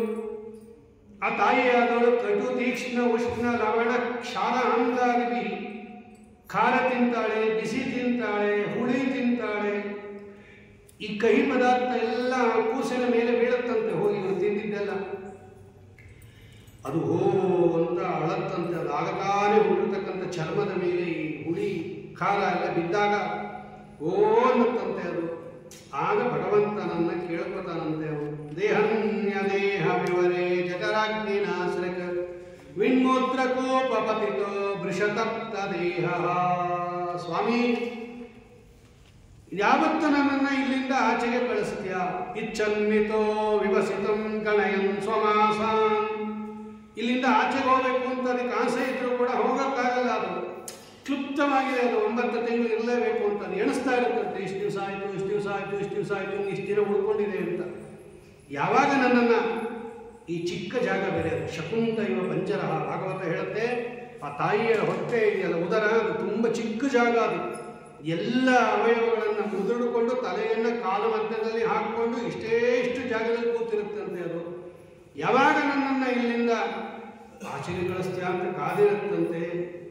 ಇಂತಹ ಗರ್ಭವಾಸ ದುಃಖ ವೈರಾಗ್ಯ ಪ್ರಕರಣ ಅಂತ ವಿಷ್ಣು ತೀರ್ಥರು ಬರೆದಿದ್ದಾರೆ ಭಾಗವತ ಸಾರೋದ್ಧಾರದಲ್ಲಿ. ಇದೆಲ್ಲ ಅಲ್ಲಿ ಕೊಡ್ತಾರೆ ಅವರು. ಅಂತಹ ವೈರಾಗ್ಯಮ್ಮ ನೋಡಿ, ಇದು ಗರ್ಭವಾಸ ದುಃಖ ಅಂದರೆ ಆದಿಯಲ್ಲಿ ದುಃಖ, ಮಧ್ಯದಲ್ಲಿ ದುಃಖ, ಅಂತ್ಯದಲ್ಲಿ ದುಃಖ. ಈ ಸಂಸಾರ ಅನ್ನೋದು ದುಃಖಮಯವಾಗಿರ್ತಕ್ಕಂಥದ್ದಮ್ಮ. ಅದಕ್ಕೆ ಇದನ್ನು ತಪ್ಪಿಸ್ಕೊಂಡ್ಬಿಡ್ಬೇಕು. ಏನಾದರೂ ಮಾಡಿ ಮತ್ತೆ ಹುಟ್ಟಬರಬಾರ್ದು. ಪುಟ್ಟಿಸಲೇಬೇಡ, ಇನ್ನು ಪುಟ್ಟಿಸಿದಕ್ಕೆ ಪಾಲಿಸಿ ಅಂತಾರೆ ದಾಸರಾಯ. ಮತ್ತೆ ತರಬೇಡ ತಾಯಿಯ ಗರ್ಭಕ್ಕೆ ಅಂತ. ಆಮೇಲೆ 10ನೇ ತಿಂಗಳಲ್ಲಿ ಸೂತಿಕಾವಾಯುವಿನಿಂದ ದಪ್ಪಿ ಇವನು ಉತ್ಪತ್ತಿ ಆಗ್ತಾನೆ. ಈ ದೇಹ ಆಚೆ ಕಡೆ ಬಂದ ತಕ್ಷಣ ಅದೆಲ್ಲ ಮರ್ತೋಗ್ಬಿಡುತ್ತಂತೆ. ತಾನು ಏನು ಸ್ಮರಣೆ ಮಾಡಿಕೊಂಡಿದ್ದು ಅಳ್ತಾನೆ ಅವನು. ರೋದೂಯತಿ ಗತಜ್ಞಾನ, ಆ ಜ್ಞಾನ ಹೋಗ್ಬಿಡುತ್ತೆ, ಅದಕ್ಕೆ ಅಳ್ತಾನಂತವನು. ಆಮೇಲೆ ಇವನು ಶೈಶವಾವಸ್ಥೆ, ಮಗುವಾಗಿದ್ದಾಗಂತೂ ತುಂಬ ತಪ್ಪು ಅಂತ, ತುಂಬ ಕಷ್ಟ ಅಂತಾರೆ ಭಗವಂತ. ಕೇವಂ ಶೈಶವಂ ಮುಕ್ತ ದುಃಖಂ ಪೌಗಂಡಮೇವ ಋತಂತಂ ಗತಜ್ಞಾನ. ಅಂದರೆ ತಾಯಿಗೆ ಯಾಕೆ ಅಳ್ತಾ ಇದೆ ಮಗು ಅಂತ ಗೊತ್ತಿಲ್ಲ, ಮಗುವಿಗೆ ಹೇಳಕ್ಕೆ ಬಾಯಿ ಇಲ್ಲ, ನೇಷ ಕಂಡೂಯನೇನ ಅಂತ. ಆ ಬೆವರಿನಿಂದ ಹುಟ್ಟಿರತಕ್ಕಂತಹ ಸ್ವೇದಜ ಜಂಚು ಅಂತ ಕರೀತಾರೆ. ಸ್ವೇದಜ ಅಂದರೆ ಬೆವರಿಂದ ಹುಟ್ಟತಕ್ಕಂಥದ್ದು. ಅದು ಕಚ್ತಾ ಇರುತ್ತಂತೆ. ಇದಕ್ಕೆ ತುರಿಸ್ಕೊಳ್ಳೋಕೆ ಬರಲ್ಲ, ಈ ಮಗುವಿಗೆ ಅಳುತ್ತಂತೆ. ಆ ತಾಯಿಗೆ ಗೊತ್ತಾಗಲ್ಲ, ಇದೇನು ಹಸುವಿಗೆ ಅಳ್ತಾ ಇದೆ ಅಂತ ಅವಳು ಹಾಲು ಕೊಡ್ತಾಳಂತೆ. ಇದು ಕ್ರಿಮಿ ಕಚ್ಚುತ್ತಾ ಇದೆ ಅಂತ ಇದು ಅಳ್ತಾ ಇದೆ. ಮಶಕ ಮತ್ಗುಣಾದಯ, ಸೊಳ್ಳೆ ಕಚ್ಚತ್ತೆ, ನೊಣ ಕಚ್ಚತ್ತೆ, ಹೃದತಂ ಜಗತಜ್ಞಾನ, ಅಳ್ತಾ ಅಂತೆ ಕೂಸು. ಇದು ಮಹಾವ್ಯವಸ್ಥೆ, ಶೈಶವಾವಸ್ಥೆ. ಇನ್ನು ಪೌಗಂಡಾವಸ್ಥೆ, ಬಾಲ್ಯಾವಸ್ಥೆ, ಅಲಬ್ಧ ವಿಹೀಪ್ಸಿತ. ಏನು ಕೇಳ್ತಾರೋ ಅದು ಕೊಡಿಸೋದಿಲ್ಲ, ಮತ್ತೆ ಅಳೋದು, ಮತ್ತೆ ದುಃಖ, ಮತ್ತೆ ಕೋಪ, ಮತ್ತೆ ಶೋಕ, ಹೀಗೆ ಬೆಳೆಯುತ್ತೆ. ಆಮೇಲೆ ಕೌಮಾರಾವಸ್ಥೆ, ದೊಡ್ಡವ್ರನ್ನ ಕಂಡ್ರೆ ಹಿರಿಯರನ್ನ ಕಂಡ್ರೆ ತಿರಸ್ಕಾರ ಮಾಡತಕ್ಕಂಥದ್ದು, ಅವಮಾನ ಮಾಡತಕ್ಕಂಥದ್ದು, ಮತ್ತೆ ವೃದ್ಧಾಪ್ಯ, ಮತ್ತೆ ರಕ್ಷಣೆ. ಹೀಗೆ ಜೀವನ ಚಕ್ರ ಹೀಗೇ ಚಿಂತನೆ ಆಗ್ತಾ ಇರ್ತಮ್ಮ. ಆದ್ದರಿಂದ ಈ ಗ್ರಹವೇದಿ ಅಂದರೆ ಭಗವಂತನನ್ನು ಮರೆತು ಯಾರು ಜೀವನದಲ್ಲಿ ಹೀಗಿರ್ತಾರೋ ಇವರಿಗೆ ಸಂಸಾರ ಚಕ್ರ ಅನ್ನೋದು ಪರಿವರ್ತಂತೆ, ಇದು ಸುತ್ತಾಗ್ತಾನೇ ಇರುತ್ತೆ. ಇದನ್ನು ಬಿಡಿಸ್ಕೋಬೇಕು ಎಂಬುದಾಗಿ ಇಷ್ಟೆಲ್ಲ ಉಪದೇಶ ಮಾಡಿ ಆಗ ಭಗವಂತ ಹೇಳ್ತಾನೆ, ನೋಡು ದೇವಹೂತಿ, ನಿಮಗೆ ಉಪದೇಶ ಮಾಡಿದ್ದೀನಿ, ಕೇಳಿದ್ದೀನಿ. ಇತಿ ಪ್ರದರ್ಶ ಭಗವಾನ್ ಶಿತಾತ್ಮನೋಗತಿ ಸ್ವಮಾತ್ರ ಬ್ರಹ್ಮವಾದಿನ್ಯ ಕಪಿಲೋ ಅನುಮತೋಯೋ. ನಾ ಇನ್ನು ಹೊರಡ್ತೀನಿ, ನಿಮಗೆ ಉಪದೇಶ ಮಾಡಿದ್ದೀನಿ ಎಂದಾಗ ಮತ್ತೆ ಅವಳು ಬಿದ್ದು ಅಳ್ತಾಳಂತೆ. ಪಾಪ ತುಂಬ ದುಃಖದಿಂದ ಅಳ್ತಾಳಂತೆ. ಆಗ ಭಗವಂತ ಹೇಳ್ತಾನೆ, ಅಳಬೇಡ, ನನ್ನನ್ನು ಪರಮಾತ್ಮ ಅಂತ ಚಿಂತನೆ ಮಾಡು. ನಿಮ್ಗೆ ಇಷ್ಟತಕ್ಕ ಧ್ಯಾನದ ಪ್ರಕಾರವನ್ನು ಹೇಳಿದ್ದೀನಿ. ಭಗವಂತ ನನ್ನ ಅನುಗ್ರಹ ಮಾಡು, ನಿಮಗೆ ಉತ್ತಮ ಗತಿಯನ್ನು ಕೊಡ್ತೀನಿ ಅಂತ ಹೇಳಿ ಭಗವಂತ ಹೊರಡ್ತಾ ಇದ್ದಾನೆ. ತನ್ನ ದೇಹದ ಮೇಲೆ ಅಭಿಮಾನವನ್ನು ಬಿಟ್ಟು ತಮೇವ ಧ್ಯಾಯತಿ ದೇವಂ ಅಪತ್ಯಂ ಕಪಿಲಂ ಹರಿಂ, ಅವನನ್ನೇ ಚಿಂತನೆ ಮಾಡ್ತಾ, ಭಗವಂತನನ್ನ ಅಪತ್ಯ ಆಗಿದ್ದರೂ ಕೂಡ, ಅವನು ಮಗ ಆಗಿದ್ದರೂ ಕೂಡ ಸಾಕ್ಷಾತ್ ಭಗವಂತ ಅಂತಕ್ಕಂತಹ ಚಿಂತನೆಯಿಂದ ಅವನನ್ನು ಧ್ಯಾನ ಮಾಡ್ತಾ ಇದ್ದಾನೆ. ಆ ದೇಹವನ್ನು ತ್ಯಾಗ ಮಾಡ್ತಾಳೆ ದೇವಹೂತಿ ದೇವಿ. ಭಗವಂತನನ್ನು ಧ್ಯಾನ ಮಾಡ್ತಾ ಕೂದಲೆಲ್ಲ ಕೆದರೋಗಿದೆ, ದೇಹ ವಸ್ತ್ರ ಎಲ್ಲ ಮಲಿನ ಆಗೋಗಿದೆ, ದೇಹ ಎಲ್ಲ ಮಲಿನ ಆಗೋಗಿದೆ. ಆದರೆ ಅದರ ಕಡೆ ಗಮನನೇ ಇಲ್ಲ ಅವನಿಗೆ. ಭಗವಂತನನ್ನು ಧ್ಯಾನ ಮಾಡ್ತಾ ಮಾಡ್ತಾ ಮಾಡ್ತಾ ಉತ್ತಮ ಗತಿಯನ್ನು ಹೊಂದುತ್ತಾಳೆ. ಅವಳ ದೇಹವೂ ಕೂಡ ಸಿದ್ಧಿದ ಅಂತಕ್ಕಂತಹ ನದಿಯಾಗಿ ಹರಿತಾ ಇದೆ. ಅದಕ್ಕೆ ಇವತ್ತು ಮಾತೃಗಯಕ್ಕೆ ಸಿದ್ಧಪುರ ಅಂತಲೇ ಕರೆಯೋದು. ಇವತ್ತು ಕೂಡ ಮಾತೃಗಯದಲ್ಲಿ ದೇವಹೂತಿ ದೇವಿಯ ಕರ್ದಮ ಋಷಿಗಳ ಆಶ್ರಮ ಇದೆ, ದೇವಹೂತಿ ದೇವಿಯ ಆಶ್ರಮ ಇದೆ, ಪರಮಾತ್ಮನ ಆನಂದ ಬಾಷ್ಪ, ಅದು ಬಿಂದು ಸರೋವರ, ಇವತ್ತು ಬಿಂದು ಸರೋವರ ಇದೆ. ಸರಸ್ವತಿ ನದಿಯಿಂದ ಆಪ್ತವಾಗಿರ್ತಕ್ಕಂಥದ್ದು. ಹೀಗೆ ತನ್ನ ತಾಯಿಗೆ ಸದ್ಗತಿಯನ್ನು ಕೊಟ್ಟಿರ್ತಕ್ಕಂತಹ ಕ್ಷೇತ್ರ ಸಿದ್ಧಪುರ ಅಂತ ಕರೀತಾರೆ. ಸಂಸ್ಕೃತದಲ್ಲೂ ಸಿದ್ಧಪುರ ಅಂತಿದೆ, ಅದು ರೈಲ್ವೆ ಸ್ಟೇಷನ್ಗೂ ಸಿದ್ಧಪುರ ಅಂತಲೇ ಕರೀತಾರೆ. ಆದರೆ ಅದು ತಾಯಿಯನ್ನು ಉದ್ದೇಶಿಸಿ ಶ್ರಾದ್ದ ಮಾಡೋದರಿಂದ ಅದಕ್ಕೆ ಮಾತೃಗಯ ಅಂತ ಕರೀತಾರೆ. ಆದ್ದರಿಂದ ತಾಯಿಯನ್ನು ಚೆನ್ನಾಗಿ ನೋಡ್ಕೋಬೇಕು. ಬದುಕಿರೋ ತನಕ ತಾಯಿಯನ್ನು ಚೆನ್ನಾಗಿ ನೋಡ್ಕೋಬೇಕು. ತಾಯಿ ಮರಣ ಹೊಂದದ ಮೇಲೆ ಮಾತೃಗಯಕ್ಕೆ ಹೋಗಿ ಪಿಂಡ ಪ್ರದಾನ ಮಾಡಿಕೊಂಡು ಬರಬೇಕು. ಷೋಡಶಿ, ಮಾತೃ ಷೋಡಶಿ ಅಂತ 16 ಒಂದು ವರ್ಷ ಆದಮೇಲೆ, ಒಂದು ವರ್ಷ ತನಕ ಇಲ್ಲೂ ಹೋಗಕ್ಕೆ ಬರೋದಿಲ್ಲ. ಒಂದು ವರ್ಷ ಕಳೆದ ಮೇಲೆ ತಂದೆ ಇರೋವಾಗಲೇ ತಾಯಿಗೆ ಶ್ರಾದ್ದ ಮಾಡ್ತಾರೆ. ಇದಕ್ಕೆ ಮಾತೃ ಷೋಡಶಿ ಅಂತ ಕರೀತಾರೆ. ಅಲ್ಲಿ ಮಾಡಿಸ್ತಾರೆ. ಮಾತೃ ಷೋಡಶಿ ಅಂದರೆ 16 ಪಿಂಡಗಳನ್ನು ಅವಳು ಮಾಡಿರ್ತಕ್ಕಂತಹ ಉಪಕಾರವನ್ನು ಒಂದೊಂದು ಜ್ಞಾಪಿಸಿಕೊಂಡು ಈ ಪಿಂಡ ಪ್ರದಾನ ಮಾಡುವುದರ ಮೂಲಕವಾದರೂ ಕೂಡ ನನ್ನ ಋಣವನ್ನು ತೀರಿಸ್ತೀನಿ. ಯದ್ಯಪಿ ಅವಳ ಋಣವನ್ನು ತೀರಿಸಕ್ಕಾಗೋದಿಲ್ಲ, ಆದರೂ ಕೂಡ ಸೇವಾವನ್ನು ನಾನು ಮಾಡ್ತೀನಿ ಅನ್ನೋ ಭಾವನೆಯಿಂದ ಅವಳಿಗೆ ಸದ್ಗತಿ ಕೊಡಿಸೋಕ್ಕೋಸ್ಕರವಾಗಿ ಇವತ್ತು ಎಲ್ಲರೂ ಕೂಡ ಮಾತೃಗಯಾಕ್ಕೆ ಹೋಗಿ ಆ ಮಾತೃ ಷೋಡಶಿಯನ್ನು ಮಾಡಬೇಕು ಅಂತ ಬಂದಿದೆ. ಅಂತಹ ತನ್ನ ತಾಯಿಗೆ ಸದ್ಗತಿಯನ್ನು ಕೊಟ್ಟಿರತಕ್ಕಂತಹ ಕ್ಷೇತ್ರ ಸಿದ್ಧಪುರ. ಭಾತಿ ಸಿದ್ಧಪುರಿ ಯತ್ರ ಮುಕ್ತ ನೃಣಾ ಮುಕ್ತಿಪುರಿ ಯಥಾಂತರ. ಮುಕ್ತಿ ಸಿದ್ಧ ಪುರಿ, ಸಿದ್ಧಪುರಿ ಅಂದ್ರೇನು? ಯಾವ ಪುರಿಯಲ್ಲಿ ಮುಕ್ತಿ ಸಿದ್ಧವೋ ಅದು ಸಿದ್ಧಪುರಿ ಅಂತ ವಾದಿರಾಜ ಸ್ವಾಮಿಗಳು ವರ್ಣನೆ ಮಾಡಿದ್ದಾರೆ ಮಾತೃಗಯವನ್ನು ಅಂತ ಹೇಳ್ತಾ, ಕಪಿಲೋಪಾಖ್ಯಾನವನ್ನು ತೃತೀಯ ಸ್ಕಂದದಲ್ಲಿ ಮುಕ್ತಾಯ ಮಾಡಿದ ಮೇಲೆ ಚತುರ್ಥ ಸ್ಕಂದದಲ್ಲಿ ಇನ್ನ 2 ಹೆಣ್ಣು ಮಕ್ಕಳು. ಒಟ್ಟು ಸ್ವಯಂಭೂಮನಿಗೆ ಶತರೂಪದ ಮೇಲೆ 5 ಜನ ಮಕ್ಕಳು, 2 ಗಂಡು ಮಕ್ಕಳು, 3 ಜನ ಹೆಣ್ಣು ಮಕ್ಕಳು. ಅವರಿಬ್ಬರ ಕಥೆಯನ್ನು ಅಂದರೆ ಅಷ್ಟೋ ಜನರ ಕಥೆಯನ್ನು ಈ ತೃತೀಯ ಸ್ಕಂದ, ಚತುರ್ಥ ಸ್ಕಂದ, ಪಂಚಮ ಸ್ಕಂದದಲ್ಲಿ ಹೇಳ್ತಾರೆ. 3 ಸ್ಕಂದಗಳು ಅದಕ್ಕೆ ಇರೋದು. ತೃತೀಯ ಸ್ಕಂದದಲ್ಲಿ 2ನೇ ಮಗಳು ಅವಳು ದೇವಹೂತಿ ದೇವಿ, ಅವಳ ಕಥೆಯನ್ನು ಹೇಳಿದರು. ಚತುರ್ಥ ಸ್ಕಂದದಲ್ಲಿ ಈ ಇನ್ನ 2 ಹೆಣ್ಣು ಮಕ್ಕಳ ಕಥೆ, ಉತ್ತಾನಪಾದರಾಜ ಅಂತ ಕಿರಿಯ ಮಗನ ಕಥೆಯನ್ನು ಹೇಳುತ್ತಾರೆ. ಪಂಚಮ ಸ್ಕಂದದಲ್ಲಿ ದೊಡ್ಡ ಮಗ ಪ್ರಿಯವೃತರಾಜನ ವಂಶವನ್ನು ಹೇಳುತ್ತಾರೆ. ಮನೋಸ್ತು ಶತರೂಪಾಯಾಂ ತಿಸ್ರಃ ಕನ್ಯಾಶ್ಚ ಜಗ್ನಿರೇ ಆಕೂತಿ ದೇವಹೂತಿಶ್ಚ ಪ್ರಸೂತಿರಿತಿ ವಿಶ್ರುತಾಃ. ಮತ್ತೊಮ್ಮೆ ಹೇಳ್ತಾರೆ ಮೈತ್ರೇಯರು, ನೋಡು ಇದರ ಸ್ವಯಂಭೂ ಮನುವಿಗೆ ಶತರೂಪಾದೇವಿಯಲ್ಲಿ 3 ಹೆಣ್ಣು ಮಕ್ಕಳು ಹುಟ್ಟಿದರು. ಆಕೂತಿ, ದೇವಹೂತಿ, ಪ್ರಸೂತಿ ಅಂತ ವಿಶ್ರುತಾಃ ಪ್ರಸಿದ್ಧರಾಗಿರ್ತಕ್ಕಂಥವರು. ಇಲ್ಲೊಂದು ನಿರ್ಣಯ ಕೊಡ್ತಾರೆ ಶ್ರೀಮದಾಚಾರ್ಯರು. ಇದು ಹಿಂದೆ ಹೇಳಿದ್ರು. ಹಿಂದೆನೇ ತೃತೀಯ ಸ್ಕಂದದಲ್ಲಿ ಇವನಿಗೆ 3 ಜನ ಮಕ್ಕಳು, ಆಕೃತಿ, ದೇವಹೂತಿ, ಪ್ರಸೂತಿ, ಹೆಣ್ಣು ಮಕ್ಕಳು ಅಂತ ಹೇಳಿದ್ರು. ಮತ್ತೆ ಯಾಕೆ ಹೇಳ್ತಾ ಇದ್ದಾರೆ ಅಂದರೆ ಶ್ರೀಮದ್ ಆಚಾರ್ಯರು ಬರೀತಾರೆ, ಇವರೆಲ್ಲ ಸಾಮಾನ್ಯ ಅಲ್ಲ. ಈ 3 ಜನ ಹೆಣ್ಣು ಮಕ್ಕಳು ಲೋಕದ ಹೆಣ್ಣು ಮಕ್ಕಳಂತೆ ಅಲ್ಲ. ಇವರೆಲ್ಲ ಪರಮಾತ್ಮನನ್ನ ಮಗನಾಗಿ ಪಡೆದಿರತಕ್ಕಂಥ ಮಹಾನುಭಾವರು. ಇವರೆಲ್ಲ ಮಗ, ಮೊಮ್ಮಗ ಎಲ್ಲ ಪರಮಾತ್ಮ ಅನೇಕ ರೂಪದಿಂದ ಅವತಾರ ಮಾಡಿಬಿಟ್ಟಿದ್ದಾನೆ ಈ ಸ್ವಯಂಭೂಮಿನಲ್ಲಿ. ಅಂತಹ ಶ್ರೇಷ್ಠ ಹೆಣ್ಣು ಮಕ್ಕಳು, ಅವರ ಹೆಸರನ್ನು ಮೇಲಿಂದ ಮೇಲೆ ಕೇಳ್ತಾ ಇರಬೇಕು ಅಂತ ಆಚಾರ್ಯರು ಹೇಳ್ತಾರೆ. ಅದಕ್ಕೆ 2 ಸಲ ಹೇಳಿದ್ದಾರೆ. ಇನ್ನೂ ಒಂದು ಸಲ ಹೇಳಿ ಏನಿವತ್ತು ಅಂದರೆ ನಿಮಗೂ ಯೋಗ್ಯರಾಗಿರ್ತಕ್ಕಂತಹ ಸಂತಾನ ಆಗುತ್ತೆ ಅಂತ ಹೇಳಿ ಮತ್ತೊಮ್ಮೆ ಹೇಳ್ತಾರೆ ಅಂತ ಬರೆದಿದ್ದಾರೆ. ಈ ಆಕೂತಿಯನ್ನು ಮೊದಲನೇ ಮಗಳು ಆಕೂತಿ ಅಂತ ರುಚಿ ಅಂತ ಒಬ್ಬ ಋಷಿ, ಆ ಋಷಿ ಪ್ರಜಾಪತಿಗೆ ಕೊಟ್ಟು ಲಗ್ನ ಮಾಡಿರ್ತಾನೆ ಇವನು ಸ್ವಯಂಭೂಮನು. ಪುತ್ರಿಕಾ ಧರ್ಮ ಆಶ್ರಿತ್ಯ, ಇದಕ್ಕೆ ಪುತ್ರಿಕಾ ಧರ್ಮ ಅಂತ ಕರೀತಾರೆ.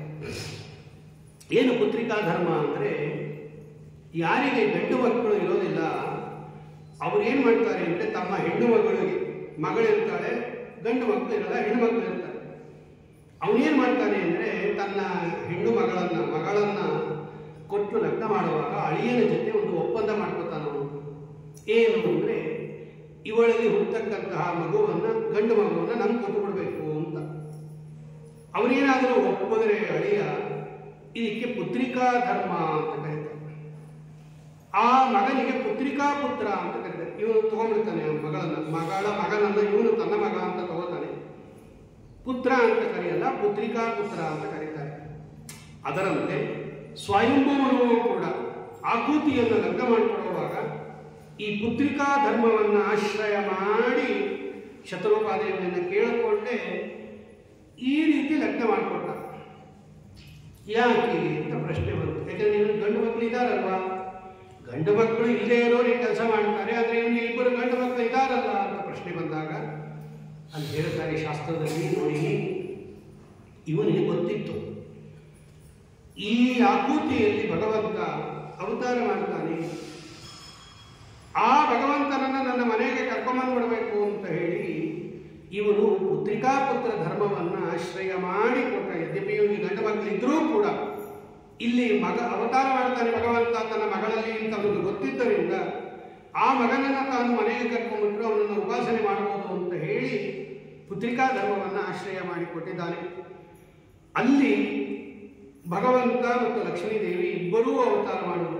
ಸಾಕ್ಷಾತ್ ವಿಷ್ಣು ಯಜ್ಞ ಸ್ವರೂಪದಲ್ಲಿ, ವಿಷ್ಣು ಯಜ್ಞ ಅಂತಕ್ಕಂಥ ರೂಪದಿಂದ ಅವತಾರ ಮಾಡಿದ, ಲಕ್ಷ್ಮೀದೇವಿ ದಕ್ಷಿಣ ಅಂತಕ್ಕಂಥ ರೂಪದಿಂದ ಅವತಾರ ಮಾಡಿದ್ರು.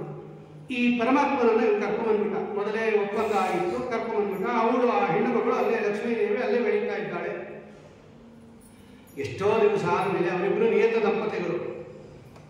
ನಿಯತ ದಂಪತಿಗಳಾದರೆ ಅವ್ರ ಗಂಡ ಹೆಂಡತಿನೇ ಯಾವಾಗಲೂ ಕೂಡ ಲೋಕದಲ್ಲಿ ಅಣ್ಣ ತಂಗಿ ಆಗಿರ್ಬೋದು, ಅಪ್ಪ ತಮ್ಮ ಆಗಿರ್ಬೋದು, ಏನೇ ಆಗಿದ್ರು ಕೂಡ ಅವರು ನಿಯತ ದಂಪತಿಗಳಾದ್ದರಿಂದ ಲಕ್ಷ್ಮೀನಾರಾಯಣರು ಮತ್ತೆ ಲಗ್ನ ಮಾಡಿಕೊಂಡ್ರು. ತೋಷ, ಪ್ರತೋಷ, ಸಂತೋಷ, ಭದ್ರ, ಶಾಂತಿ, ಇಡಸ್ಪತಿ, ಇಂದ್ರ, ಕವಿ, ಭುವ, ಸ್ವಾಹ, ಸುದೇವ, ರೋಚನ ಅಂತ 12 ಜನ ಮಕ್ಕಳು ಯಜ್ಞನಾಮಕ ಪರಮಾತ್ಮನಿಗೆ ದಕ್ಷಿಣಾದೇವಿಯಲ್ಲಿ. ಇವರಿಗೆಲ್ಲ ಕುಶಿತರು ಅಂತ ಕರೀತಾರೆ. ಇವರೇ ಸ್ವಯಂಭೂ ಮನ್ವಂತರದಲ್ಲಿ ದೇವತೆಗಳಿವರು. ಆಮೇಲೆ ಈ 9 ಜನ ಹೆಣ್ಣು ಮಕ್ಕಳಿದ್ರು ಈ ದೇವಹೂತಿ ದೇವಿಗೆ. ಅದರಲ್ಲಿ ಅನಸೂಯ ಅಂತ ಒಬ್ಬಳು ಪ್ರಾತಸ್ಮರಣೀಯ ಹೆಣ್ಣು ಮಗಳವಳು ಅನಸೂಯಾದೇವಿ. ಆ ಅನಸೂಯಾದೇವಿಯನ್ನು ಅತ್ರಿ ಋಷಿಗಳಿಗೆ ಕೊಟ್ಟು ಲಗ್ನ ಮಾಡಿದ್ರು. ಆ ಅತ್ರಿ ಋಷಿಗಳೇನು ಮಾಡಿದ್ರು, ಒಂದು ಸಲ ತಮ್ಮ ಪತ್ನಿಯಾಗಿರ್ತಕ್ಕಂತಹ ಅನಸೂಯಾದೇವಿಯೊಂದಿಗೆ ಕುಲಾದ್ರಿ ಪರ್ವತಕ್ಕೆ ಹೋಗಿ ತಪಸ್ಸು ಮಾಡಿದ್ರು. ಬಹಳ ಕಠಿಣ ತಪಸ್ಸು, ಪ್ರಾಣಾಯಾಮವನ್ನು ಮಾಡಿ 100 ವರ್ಷ ತಪಸ್ಸು ಮಾಡಿದ್ದಾರೆ ನೋಡ್ರಿ ಅತ್ರಿ ಋಷಿಗಳು. ಒಂದೇ ಒಂದು ಪಾದದ ಮೇಲೆ ನಿಂತ್ಕೊಂಡು ಪ್ರಾಣಾಯಾಮವನ್ನು ಮಾಡಿ ಭಗವಂತನನ್ನು ಆರಾಧನೆ ಮಾಡಿದ್ರು, ಭಗವಂತನನ್ನು ಸ್ತೋತ್ರ ಮಾಡಿದ್ರು. ಭಗವಂತ ಪ್ರತ್ಯಕ್ಷನಾದ, ವರನೂ ಬಂದ್ಬಿಟ್ಟ. 3 ಜನನೂ ಬಂದ್ಬಿಟ್ರು. ಬ್ರಹ್ಮದೇವರು ಬಂದರು, ರುದ್ರದೇವರು ಬಂದರು, ಪರಮಾತ್ಮನೂ ಬಂದ. ಪರಮಾತ್ಮ ಅವರಿಬ್ಬರನ್ನು ಕರ್ಕೊಂಡೇ ಬಂದ್ಬಿಟ್ಟ ಭಗವಂತ. ಅತ್ರಿ ಋಷಿಗಳು ಕೇಳಿದ್ರು, ನಾನು ನಿನ್ನೊಬ್ಬನ್ನ ಕುರಿತು ತಪಸ್ಸು ಮಾಡಿದ್ದು, ಇವರಿಬ್ಬರನ್ನ ಯಾಕೆ ಕರ್ಕೊಂಬಂದಿ ಅಂತ ಕೇಳಿದ್ರು. ಆಗ ಭಗವಂತ ಹೇಳ್ತಾನೆ, ನೋಡು ಅತ್ರಿ, ನಿನ್ನ ಮನಸ್ಸಿನಲ್ಲಿ ಏನು ಸಂಕಲ್ಪ ಇದೆ, ತತ್ಸಂಕಲ್ಪಸ್ಯ ತೇ ಬ್ರಹ್ಮನ್ ಯದ್ವೈ ಧ್ಯಾಯಸಿ ತೇ ವಯಂ. ನಿನ್ನ ಸಂಕಲ್ಪ ಹೇಗಿದೆಯೋ ಹಾಗೆ ಫಲ ಕೊಟ್ಟಿದ್ದೀನಿ ಅಂತ ಭಗವಂತ. ಏನು ನನ್ನನ್ನು ನೀನು ಜಗದೀಶ್ವರ ಅಂತ ಸ್ತೋತ್ರ ಮಾಡಿದಿ, ಜಗತ್ಪತಿ ಅಂತ ಸ್ತೋತ್ರ ಮಾಡಿದಿ. ಜಗತ್ಪತಿ ಅಂದರೆ ಏನು ಗೊತ್ತಾ? ಇಡೀ ಜಗತ್ತನ್ನು ಸೃಷ್ಟಿ ಸ್ಥಿತಿ ಲಯಾದಿಗಳನ್ನು ಮಾಡುವವನು ಅಂತ ಅರ್ಥ. ವಿಶ್ವೋದ್ಭವ ಸ್ಥಿತಿ ಲಯೇಶು ವಿಭಜ್ಯಮಾನೈ ಮಾಯಾಗುಣೈರನುಗುಣಂ ಪ್ರಗೃಹೀತ ದೇಹ. ನಾನು ಹೆಂಗೆ ಸೃಷ್ಟಿ ಮಾಡ್ತೀನಿ ಅಂದರೆ, ಈ ಬ್ರಹ್ಮದೇವರ ಒಳಗಡೆ ನಂದೇ ಒಂದು ಬ್ರಹ್ಮ ಅಂತ ಒಂದು ರೂಪ ಇದೆ. ಭಗವಂತ ಹೇಳ್ತಾನೆ, ಬ್ರಹ್ಮದೇವರು ಸೃಷ್ಟಿ ಮಾಡ್ತಾರೆ ಅಂದರೆ ಚತುರ್ಮುಖ ಬ್ರಹ್ಮದೇವರು ಸೃಷ್ಟಿ ಮಾಡೋದಿಲ್ಲ. ಬ್ರಹ್ಮನ ದೇವರ ಒಳಗಡೆ ಬ್ರಹ್ಮ ಅಂತ ಒಂದು ರೂಪ ಇದೆ. ಆಚಾರ್ಯರು ಐತರೇಯ ಭಾಷೆಯಲ್ಲಿ ಬರೆಯುವಾಗ ಓಂಕಾರದಲ್ಲಿ ನೋಡ್ರಿ, ಅಕಾರ, ಉಕಾರ, ಮಕಾರ ಅಂತ 3 ಅಕ್ಷರ ಇದೆ ಓಂ ಅನ್ನೋ ಕಡೆ. ಆ ಅಕಾರದಿಂದ ವಾಚ್ಯನಾದ ಪರಮಾತ್ಮ ಯಾರು ಅಂದ್ರೆ ಈ ಬ್ರಹ್ಮದೇವರ ಒಳಗಡೆ ಇರ್ತಕ್ಕಂಥ ಬ್ರಹ್ಮ ರೂಪ ಇದೆಯಲ್ಲ, ಅದು ಅಕಾರ ಶಬ್ದ ವಾಚ್ಯ. ಊ ಅನ್ನೋದು ವಿಷ್ಣು ವಾಚ್ಯ. ಈ ಮಾ ಅಂತಕ್ಕಂಥದ್ದಿದೆಯಲ್ಲ, ಇದು ರುದ್ರದೇವರ ಒಳಗಡೆ ಇರ್ತಕ್ಕಂತಹ ರುದ್ರನ ಅಂತ ಪರಮಾತ್ಮನನ್ನು ಹೇಳುತ್ತೆ. ಆದ್ದರಿಂದ ಅಕಾರ, ಉಕಾರ, ಮಕಾರ 3ರಿಂದ ಕೂಡಿದ ಈ ಓಂಕಾರ 3 ಭಗವಂತನ ರೂಪಗಳನ್ನು ಹೇಳುತ್ತೆ ಅಂತ ಶ್ರೀಮದಾಚಾರ್ಯರು ಬರೀತಾರೆ. ಹಾಗಾಗಿ ಬ್ರಹ್ಮದೇವರ ಒಳಗಡೆ ಭಗವಂತನದೇ ಒಂದು ರೂಪ ಇದೆ, ಬ್ರಹ್ಮ ಅಂತ ಒಂದು ರೂಪ. ರುದ್ರದೇವರ ಒಳಗಡೆ ಭಗವಂತನದೇ ಒಂದು ರೂಪ ಇದೆ, ರುದ್ರ ಅಂತ. ಆ ರುದ್ರ ರೂಪದಿಂದ ಭಗವಂತ ಜಗತ್ತನ್ನು ಲಯ ಮಾಡ್ತಾನೆ. ಈ ಬ್ರಹ್ಮ ರೂಪದಿಂದ ಭಗವಂತ ಜಗತ್ತನ್ನು ಸೃಷ್ಟಿ ಮಾಡ್ತಾನೆ. ವಿಷ್ಣು ರೂಪದಿಂದ ಪಾಲನೆ ಮಾಡ್ತಾನೆ. ನೀನು ನನ್ನನ್ನು ಸೃಷ್ಟಿ ಸ್ಥಿತಿ ಲಯ ಕರ್ತ ಅಂತ ಮಾಡಿದ್ದರಿಂದ ಹೇ ಬ್ರಹ್ಮ ವಿಷ್ಣು ಗಿರಿಶಾಹ ಪ್ರಣತೋಸ್ಮ್ಯಹಂ. ನಾವು 3 ಬಂದ್ಬಿಟ್ಟಿದ್ದೀವಿ. ಆ ಒಳಗಡೆ ಇರೋ ರೂಪ ಹಾಗೆ ತೋರ್ಸಕ್ಕಾಗಲ್ಲ, ಅದಕ್ಕೆ ಅವ್ರನ್ನೇ ಕರ್ಕೊಂಡು ಬಂದಿದ್ದೀನಿ. ಹೇಗಿದ್ರು 3 ಜನ ಬಂದಿದ್ದೀವಿ, ನಿಮಗೆ 3 ಜನ ಹೊರ ಕೊಟ್ಬಿಡ್ತೀವಿ ಅಂತ ಹೇಳಿ, ನಾವೇ ನಿಮಗೆ ಮಕ್ಕಳಾಗಿ ಬಂದ್ಬಿಡ್ತೀವಿ ಅಂತ ಹೇಳಿ ರುದ್ರದೇವರು ದುರ್ವಾಸ ಋಷಿಗಳಾಗಿ ಅವತಾರ ಮಾಡಿದ್ರು. ಅವ್ರಿಗೆ ಅವತಾರ ಇದೆ, ಅವರು ಅವತಾರ ಮಾಡಿಬಿಟ್ರು. ಪರಮಾತ್ಮ ತಾನೇ ದತ್ತ ಅನ್ನತಕ್ಕಂಥ ರೂಪದಿಂದ ಅವತಾರ ಮಾಡಿಬಿಟ್ಟ. ಈ ಬ್ರಹ್ಮದೇವರಿಗೆ ಅವತಾರ ಇಲ್ಲ. ಅದಕ್ಕೋಸ್ಕರ ಏನು ಮಾಡಿದ್ರು, ಚಂದ್ರ ಉತ್ಪತ್ತಿಯಾದ ಇನ್ನೊಮ್ಮೆ ಆ ಚಂದ್ರನ ಒಳಗಡೆ ಬ್ರಹ್ಮದೇವರ ಅಂಶ ಇದೆ, ಬ್ರಹ್ಮದೇವರ ವಿಶೇಷವಾದ ಸನ್ನಿಧಾನ ಇದೆ.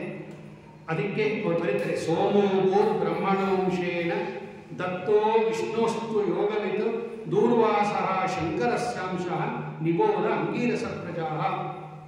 ಹಾಗಾಗಿ 3 ಜನ ಬೇರೆ ಬೇರೆಯವರು. ಇವತ್ತು ಲೋಕದಲ್ಲಿ ದತ್ತಾತ್ರೇಯ ಅಂದರೆ 3 ತಲೆ ಇರ್ತಕ್ಕಂಥ ಒಂದೇ ದೇವತೆಯನ್ನು ತೋರಿಸ್ತಾರೆ. ಅದು ಭಾಗವತಕ್ಕೆ ವಿರುದ್ಧ. ಅದು ಬೇರೆ ಪುರಾಣಗಳಲ್ಲಿ ಇದು ಇರ್ಬೋದು, ಆದರೆ ಭಾಗವತದಲ್ಲಿ ದತ್ತ ಅಂದರೆ ಭಗವಂತ ಮಾತ್ರ. ಅದು ದತ್ತ ಅತ್ರಿ ಋಷಿಗಳ ಮಗನಾದ್ದರಿಂದ ಅವನಿಗೆ ಆತ್ರೇಯ ಅಂತ ಕರೀತಾರೆ. ದತ್ತನು ಅವನು ತನ್ನನ್ನೇ ತಾನು ಮಗನಾಗಿ ಕೊಟ್ಟಿದ್ದರಿಂದ ದತ್ತ.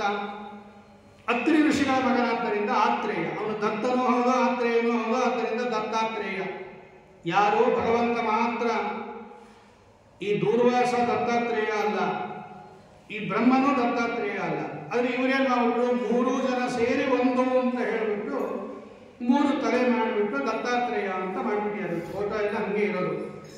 ಹಂಗಲ್ಲ, ದತ್ತಾತ್ರೇಯ ಭಗವಂತನದು ಒಂದು ಶುದ್ಧವಾದ ರೂಪ, ದತ್ತರೂಪ ಅಂತ ತತ್ವವನ್ನು ಉಪದೇಶ ಮಾಡಿರ್ತಕ್ಕಂಥ ರೂಪ ಅದು. ಜ್ಞಾನ ರೂಪ. ಆಚಾರ್ಯ ಹೇಳ್ತಾರೆ, ದತ್ತ ಅಂತಕ್ಕಂಥ ರೂಪವನ್ನು ಸಚ್ಚಾಸ್ತ್ರಗಳಲ್ಲಿ ನಾವು ಅಶ್ವೀಜ ಮಾಸದಲ್ಲಿ ಸರಸ್ವತಿ ಪೂಜೆ ಮಾಡ್ತೀವಲ್ಲ, ವ್ಯಾಸ ಪೂಜಾ, ಆ ದತ್ತ ರೂಪ ಪರಮಾತ್ಮನನ್ನು ಆವಾಹನೆ ಮಾಡಬೇಕು. ಅಲ್ಲಿ ಜ್ಞಾನ ರೂಪ ಅದು. ಕಪಿಲ, ದತ್ತ, ಆಮೇಲೆ ವೇದವ್ಯಾಸ, ಇವೆಲ್ಲ ಜ್ಞಾನಕ್ಕೋಸ್ಕರ ಬಂದಿರತಕ್ಕಂಥ ರೂಪಗಳು. ಭಗವಂತ ಮಾತ್ರ ದತ್ತ. ಅವನು ದತ್ತ ಅಂತ ಒಂದು ರೂಪ, ತನ್ನನ್ನೇ ತಾನು ಮಗನಾಗಿ ಕೊಟ್ಟಿದ್ದರಿಂದ ದತ್ತ ಅಂತ ಕರೀತಾರೆ. ಇನ್ನಿಬ್ಬರು ಕೂಡ ಬೇರೆ ಬೇರೆಯವರು, 3 ಬೇರೆ ಬೇರೆ ಮಕ್ಕಳೇ ಇದ್ದಾರೆ, ಅಲ್ಲಿ ಒಬ್ಬರೇ ಅಲ್ಲ ಅಂತ ಭಾಗವತ ಸ್ಪಷ್ಟವಾಗಿ ಹೇಳುತ್ತಾ ಇದೆ. ಆಮೇಲೆ ಭಗವಂತ ವಿಶೇಷವಾಗಿ ಅಲ್ಲಿ ಅನುಗ್ರಹ ಮಾಡ್ತಾನೆ. ನೋಡಿ ಎಷ್ಟು ರೂಪದಿಂದ ಭಗವಂತ ಅವತಾರ ಮಾಡಿದ್ದಾನೆ ಈ ಸ್ವಯಂಭೂ ಮನುವಿನಲ್ಲಿ. ಆಮೇಲೆ ಇನ್ನೊಬ್ಬ ಮಗಳು ಅವಳು. ಅಲ್ಲಿ ಭಗವಂತ ನರನಾರಾಯಣ ಹರಿ ಕೃಷ್ಣ ಅನ್ನತಕ್ಕಂತಹ ಯಮಧರ್ಮರಾಜರಿಗೆ ಕೊಟ್ಟಿರತಕ್ಕಂಥ ರೂಪದಿಂದ ಅಲ್ಲಿ ಅವತಾರ ಮಾಡ್ತಾ ಇದ್ದಾನೆ. ಹೀಗೆ ಇವರ ವಂಶದಲ್ಲಿ ಭಗವಂತ ಅನೇಕ ರೂಪಗಳಿಂದ ಅವತಾರ ಮಾಡಿದ್ದಾನೆ ಅಂತ ಹೇಳಿ, ಕಡೆಯವಳು ಪ್ರಸೂತಿ ಅಂತ. ಆ ಕಡೆ ಮಗಳ ಪ್ರಸೂತಿಯನ್ನು ರುದ್ರದೇವರು ದಕ್ಷ ಪ್ರಜಾಪತಿಗೆ ಕೊಟ್ಟು ಲಗ್ನ ಮಾಡಿದ್ರು. ಆ ದಕ್ಷ ಪ್ರಜಾಪತಿಗೆ ಈ ಪ್ರಸೂತಿಯಲ್ಲಿ 16 ಜನ ಹೆಣ್ಣು ಮಕ್ಕಳು, ಒಳ್ಳೆ ಸುಂದರವಾದ ಹೆಣ್ಣು ಮಕ್ಕಳು 16 ಜನ. ಅದರಲ್ಲಿ ಸತೀದೇವಿ ಅಂತ ಕಡೆಯೋಳು. ಎಲ್ಲರಿಗೂ ಕೂಡ ಮಕ್ಕಳಾಯಿತು, ಸತೀದೇವಿಗೆ ಮಾತ್ರ ಮಕ್ಕಳಿರಲಿಲ್ಲ. ಅಪ್ರೌಢೇ ಆತ್ಮಾನ ವಸೃಜತು ಯೋಗ ಸಂಯುತ. ಇವಳೊಬ್ಬಳಿಗೆ ಮಾತ್ರ ಮಕ್ಕಳಿರಲಿಲ್ಲ. ಇವಳು ತನ್ನ ತಂದೆ ಮಾಡಿರತಕ್ಕಂತಹ ಯಜ್ಞದಲ್ಲಿ ತನ್ನ ದೇಹವನ್ನು ಸುಟ್ಕೊಂಡ್ಬಿಟ್ಟು ಯೋಗ ಸಂಯುತವಾಗಿರ್ತಕ್ಕಂತಹ ಆಜುಹತು ಅಂದರೆ ದಹನ ಮಾಡ್ಕೊಂಡ್ಬಿಟ್ಲು ಅಂತ ಮೈತ್ರೇಯರು ವಿದುರರಿಗೆ ಹೇಳ್ತಾರೆ. ಇದು ಮೈತ್ರೇಯ ವಿದುರ ಸಂಭಾಷಣೆನೇ 4ನೇ ಸಂದಾಗಿ. ಆಗ ವಿದುರರು ಕೇಳ್ತಾರೆ, ಭವೇ ಶೀಲವತಾಂ ಶ್ರೇಷ್ಠೆ ದಕ್ಷೋ ದುಹಿತೃವತ್ಸಲ ವಿದ್ವೇಷಮಕರೋತ್ಕಸ್ಮ ಅನಾದೃತ್ಯಾತ್ಮನಾಂ ಸತಿ ಆತ್ಮಜಾಂ ಸತಿ. ಅಲ್ಲ, ರುದ್ರದೇವರು ಮಾತ್ರ ಮಹಾಜ್ಞಾನಿಗಳು ಅವರು. ಈ ದಕ್ಷನೂ ಕೂಡ ದುಹಿತೃವತ್ಸಲ, ಮಗಳ ಮೇಲೆ ಬಹಳ ಪ್ರೀತಿ. ಯಾಕೆ ಅವಳು ದೇಹವನ್ನು ತ್ಯಾಗ ಮಾಡಿದ್ಲು?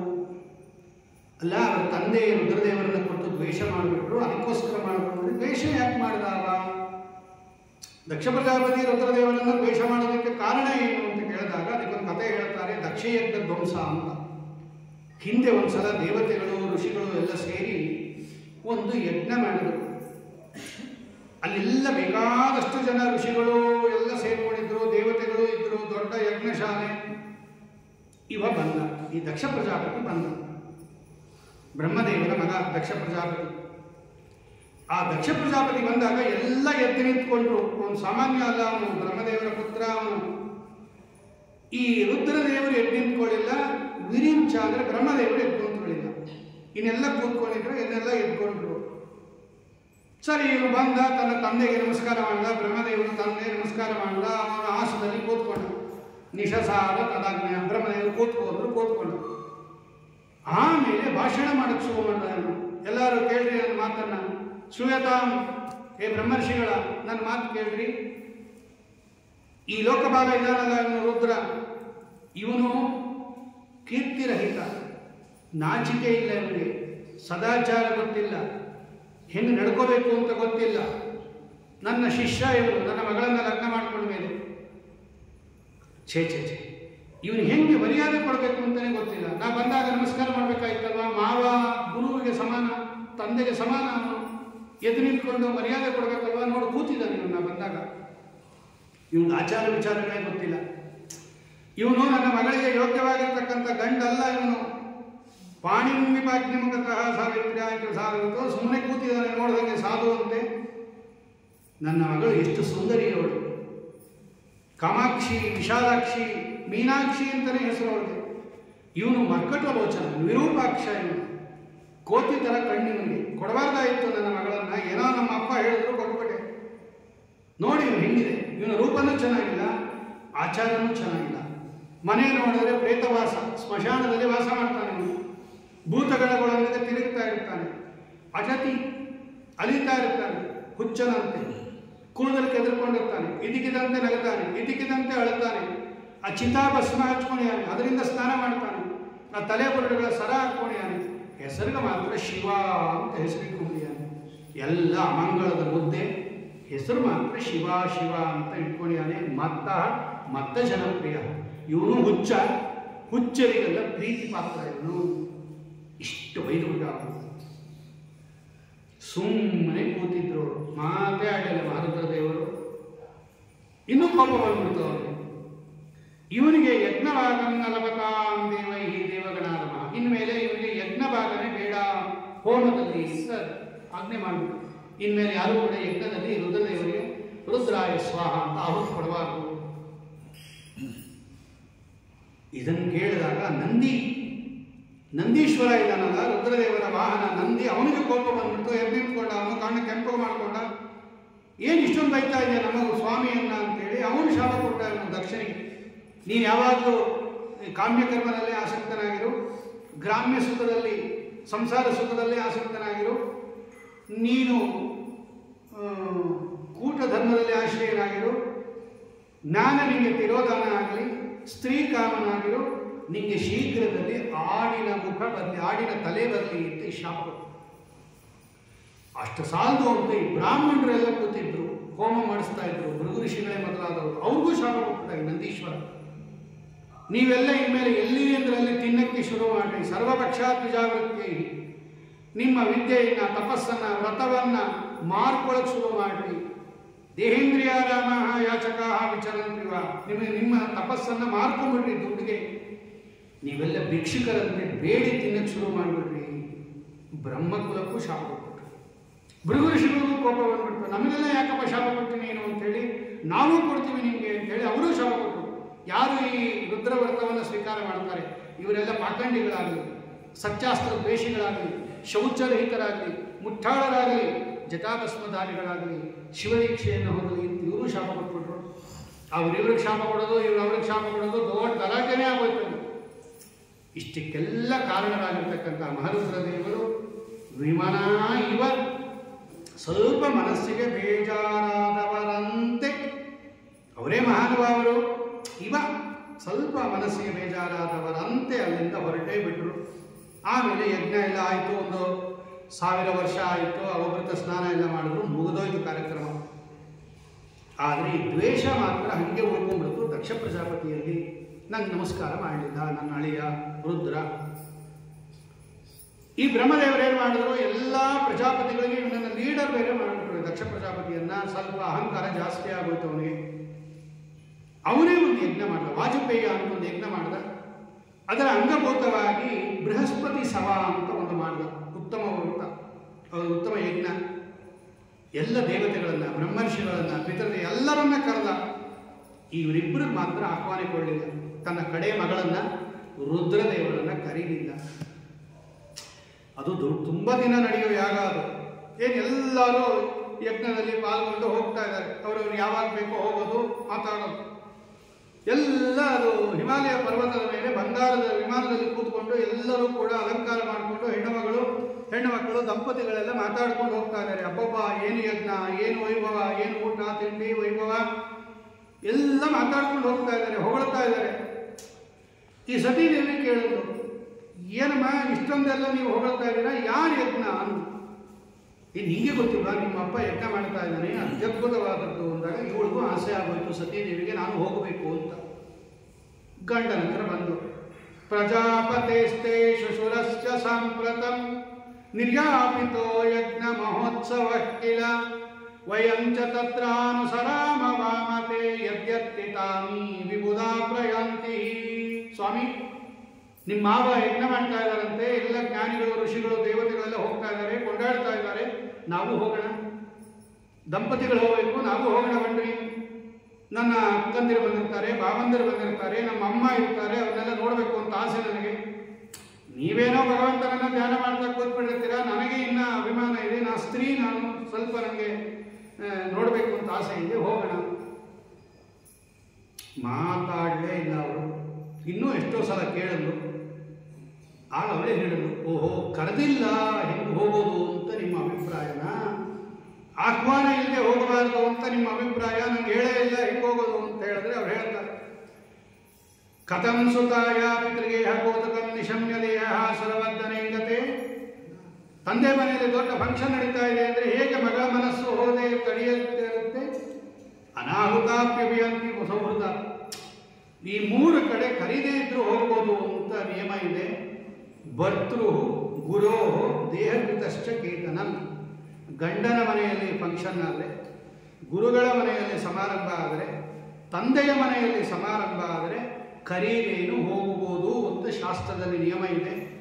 ಬೇರೆ ಕಡೆ ಎಲ್ಲ ಕರೆದರೆ ಹೋಗಬೇಕು, ಇದೇ ಹೋಗಬಾರ್ದು. ನನ್ನ ತಂದೆ ಮನೆ ಅದು, ನಿಮಗೂ ಕೂಡ ಗುರುಗಳ ಮನೆಗೆ ಹೋಗ್ಬೋದು, ನಡೀರಿ.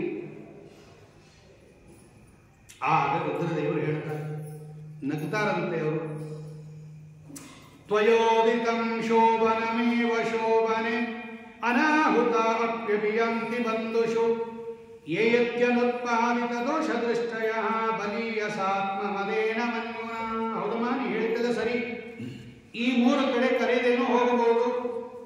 ಯಾವಾಗ ಅವರಿಗೆ ನಮ್ಮ ಮೇಲೆ ದ್ವೇಷ ಇರಬಾರದು. ಏನೋ ಮರ್ತೋಯ್ತು ಕರೆಯೋದು, ಅಂತ ಸಂದರ್ಭದಲ್ಲಿ ಹೋಗ್ಬೋದೇ ಹೊರತು ನಮ್ಮ ಮೇಲೆ ದ್ವೇಷ ಇದ್ದಾಗ ಹೋಗಬಾರ್ದು. ನಿಮ್ಮಪ್ಪ ನನ್ನನ್ನು ಕರೀದೇ ಇರೋದು ನಾನು ಅವತ್ತು ನಮಸ್ಕಾರ ಮಾಡಲಿಲ್ಲ ಅಂತ ದ್ವೇಷದಿಂದ.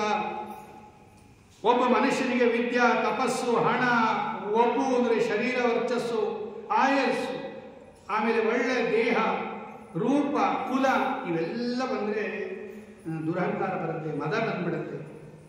ನಿಮ್ಮ ಅಪ್ಪನಿಗೆ ಎಲ್ಲ ಇದೆ ಈಗ, ಅದರಿಂದ ಅವನಿಗೆ ಮದಭರಿತನಾಗಿದ್ದಾನೆ, ನಮ್ಮನ್ನು ದ್ವೇಷ ಮಾಡ್ತಾನೆ, ಹೋಗಬೇಡ. ಕರೀದೇ ಇರೋ ಕಡೆ ಹೋದರೆ ನಿನ್ನನ್ನು ಕೆಟ್ಟ ದೃಷ್ಟಿಯಿಂದ ನೋಡ್ತಾರೆ, ಯಾಕೆ ಬಂದಳು ಅಂತ. ಅದು ತುಂಬ ಅವಮಾನ, ಅದು ಹೋಗಬೇಡ.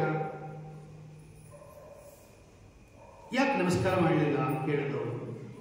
ಅವತ್ತು ನಮ್ಮಪ್ಪ ಬಂದಾಗ ಎಲ್ಲರೂ ಎದ್ದು ನಿಂತ್ಕೊಂಡ್ರು, ನೀವು ಎದ್ದು ನಿಂತ್ಕೊಂಡು ಗೌರವ ಸೂಚಿಸ್ಬಿಟ್ಟಿದ್ರೆ ಆಗಿರೋದಲ್ಲ ಅಂತ ಕೇಳಿದಾಗ ಮಹಾರುದ್ರದೇವರು ಹೇಳ್ತಾರೆ, ನೋಡು ಇದೆಲ್ಲ ಯಾರಿಗೆ ಅಂತ ತಿಳ್ಕೊಂಡಿದ್ಯಾ. ಪ್ರತ್ಯುದ್ಗಮ ಪ್ರಶ್ರಯಣ ವಿವಾದನ ವಿಧೀಯತೆ ಸಾಧು ಮಿತಸ್ಸು ಮಧ್ಯಮೆ ಪ್ರಾಜ್ಞೈ ಪರಸ್ಮೈ ಪುರುಷಾಯ ಚೇತಸ ಗುಹಾಶಯಾಯ ಇವನ ದೇಹ ಮಾನಿನೇ.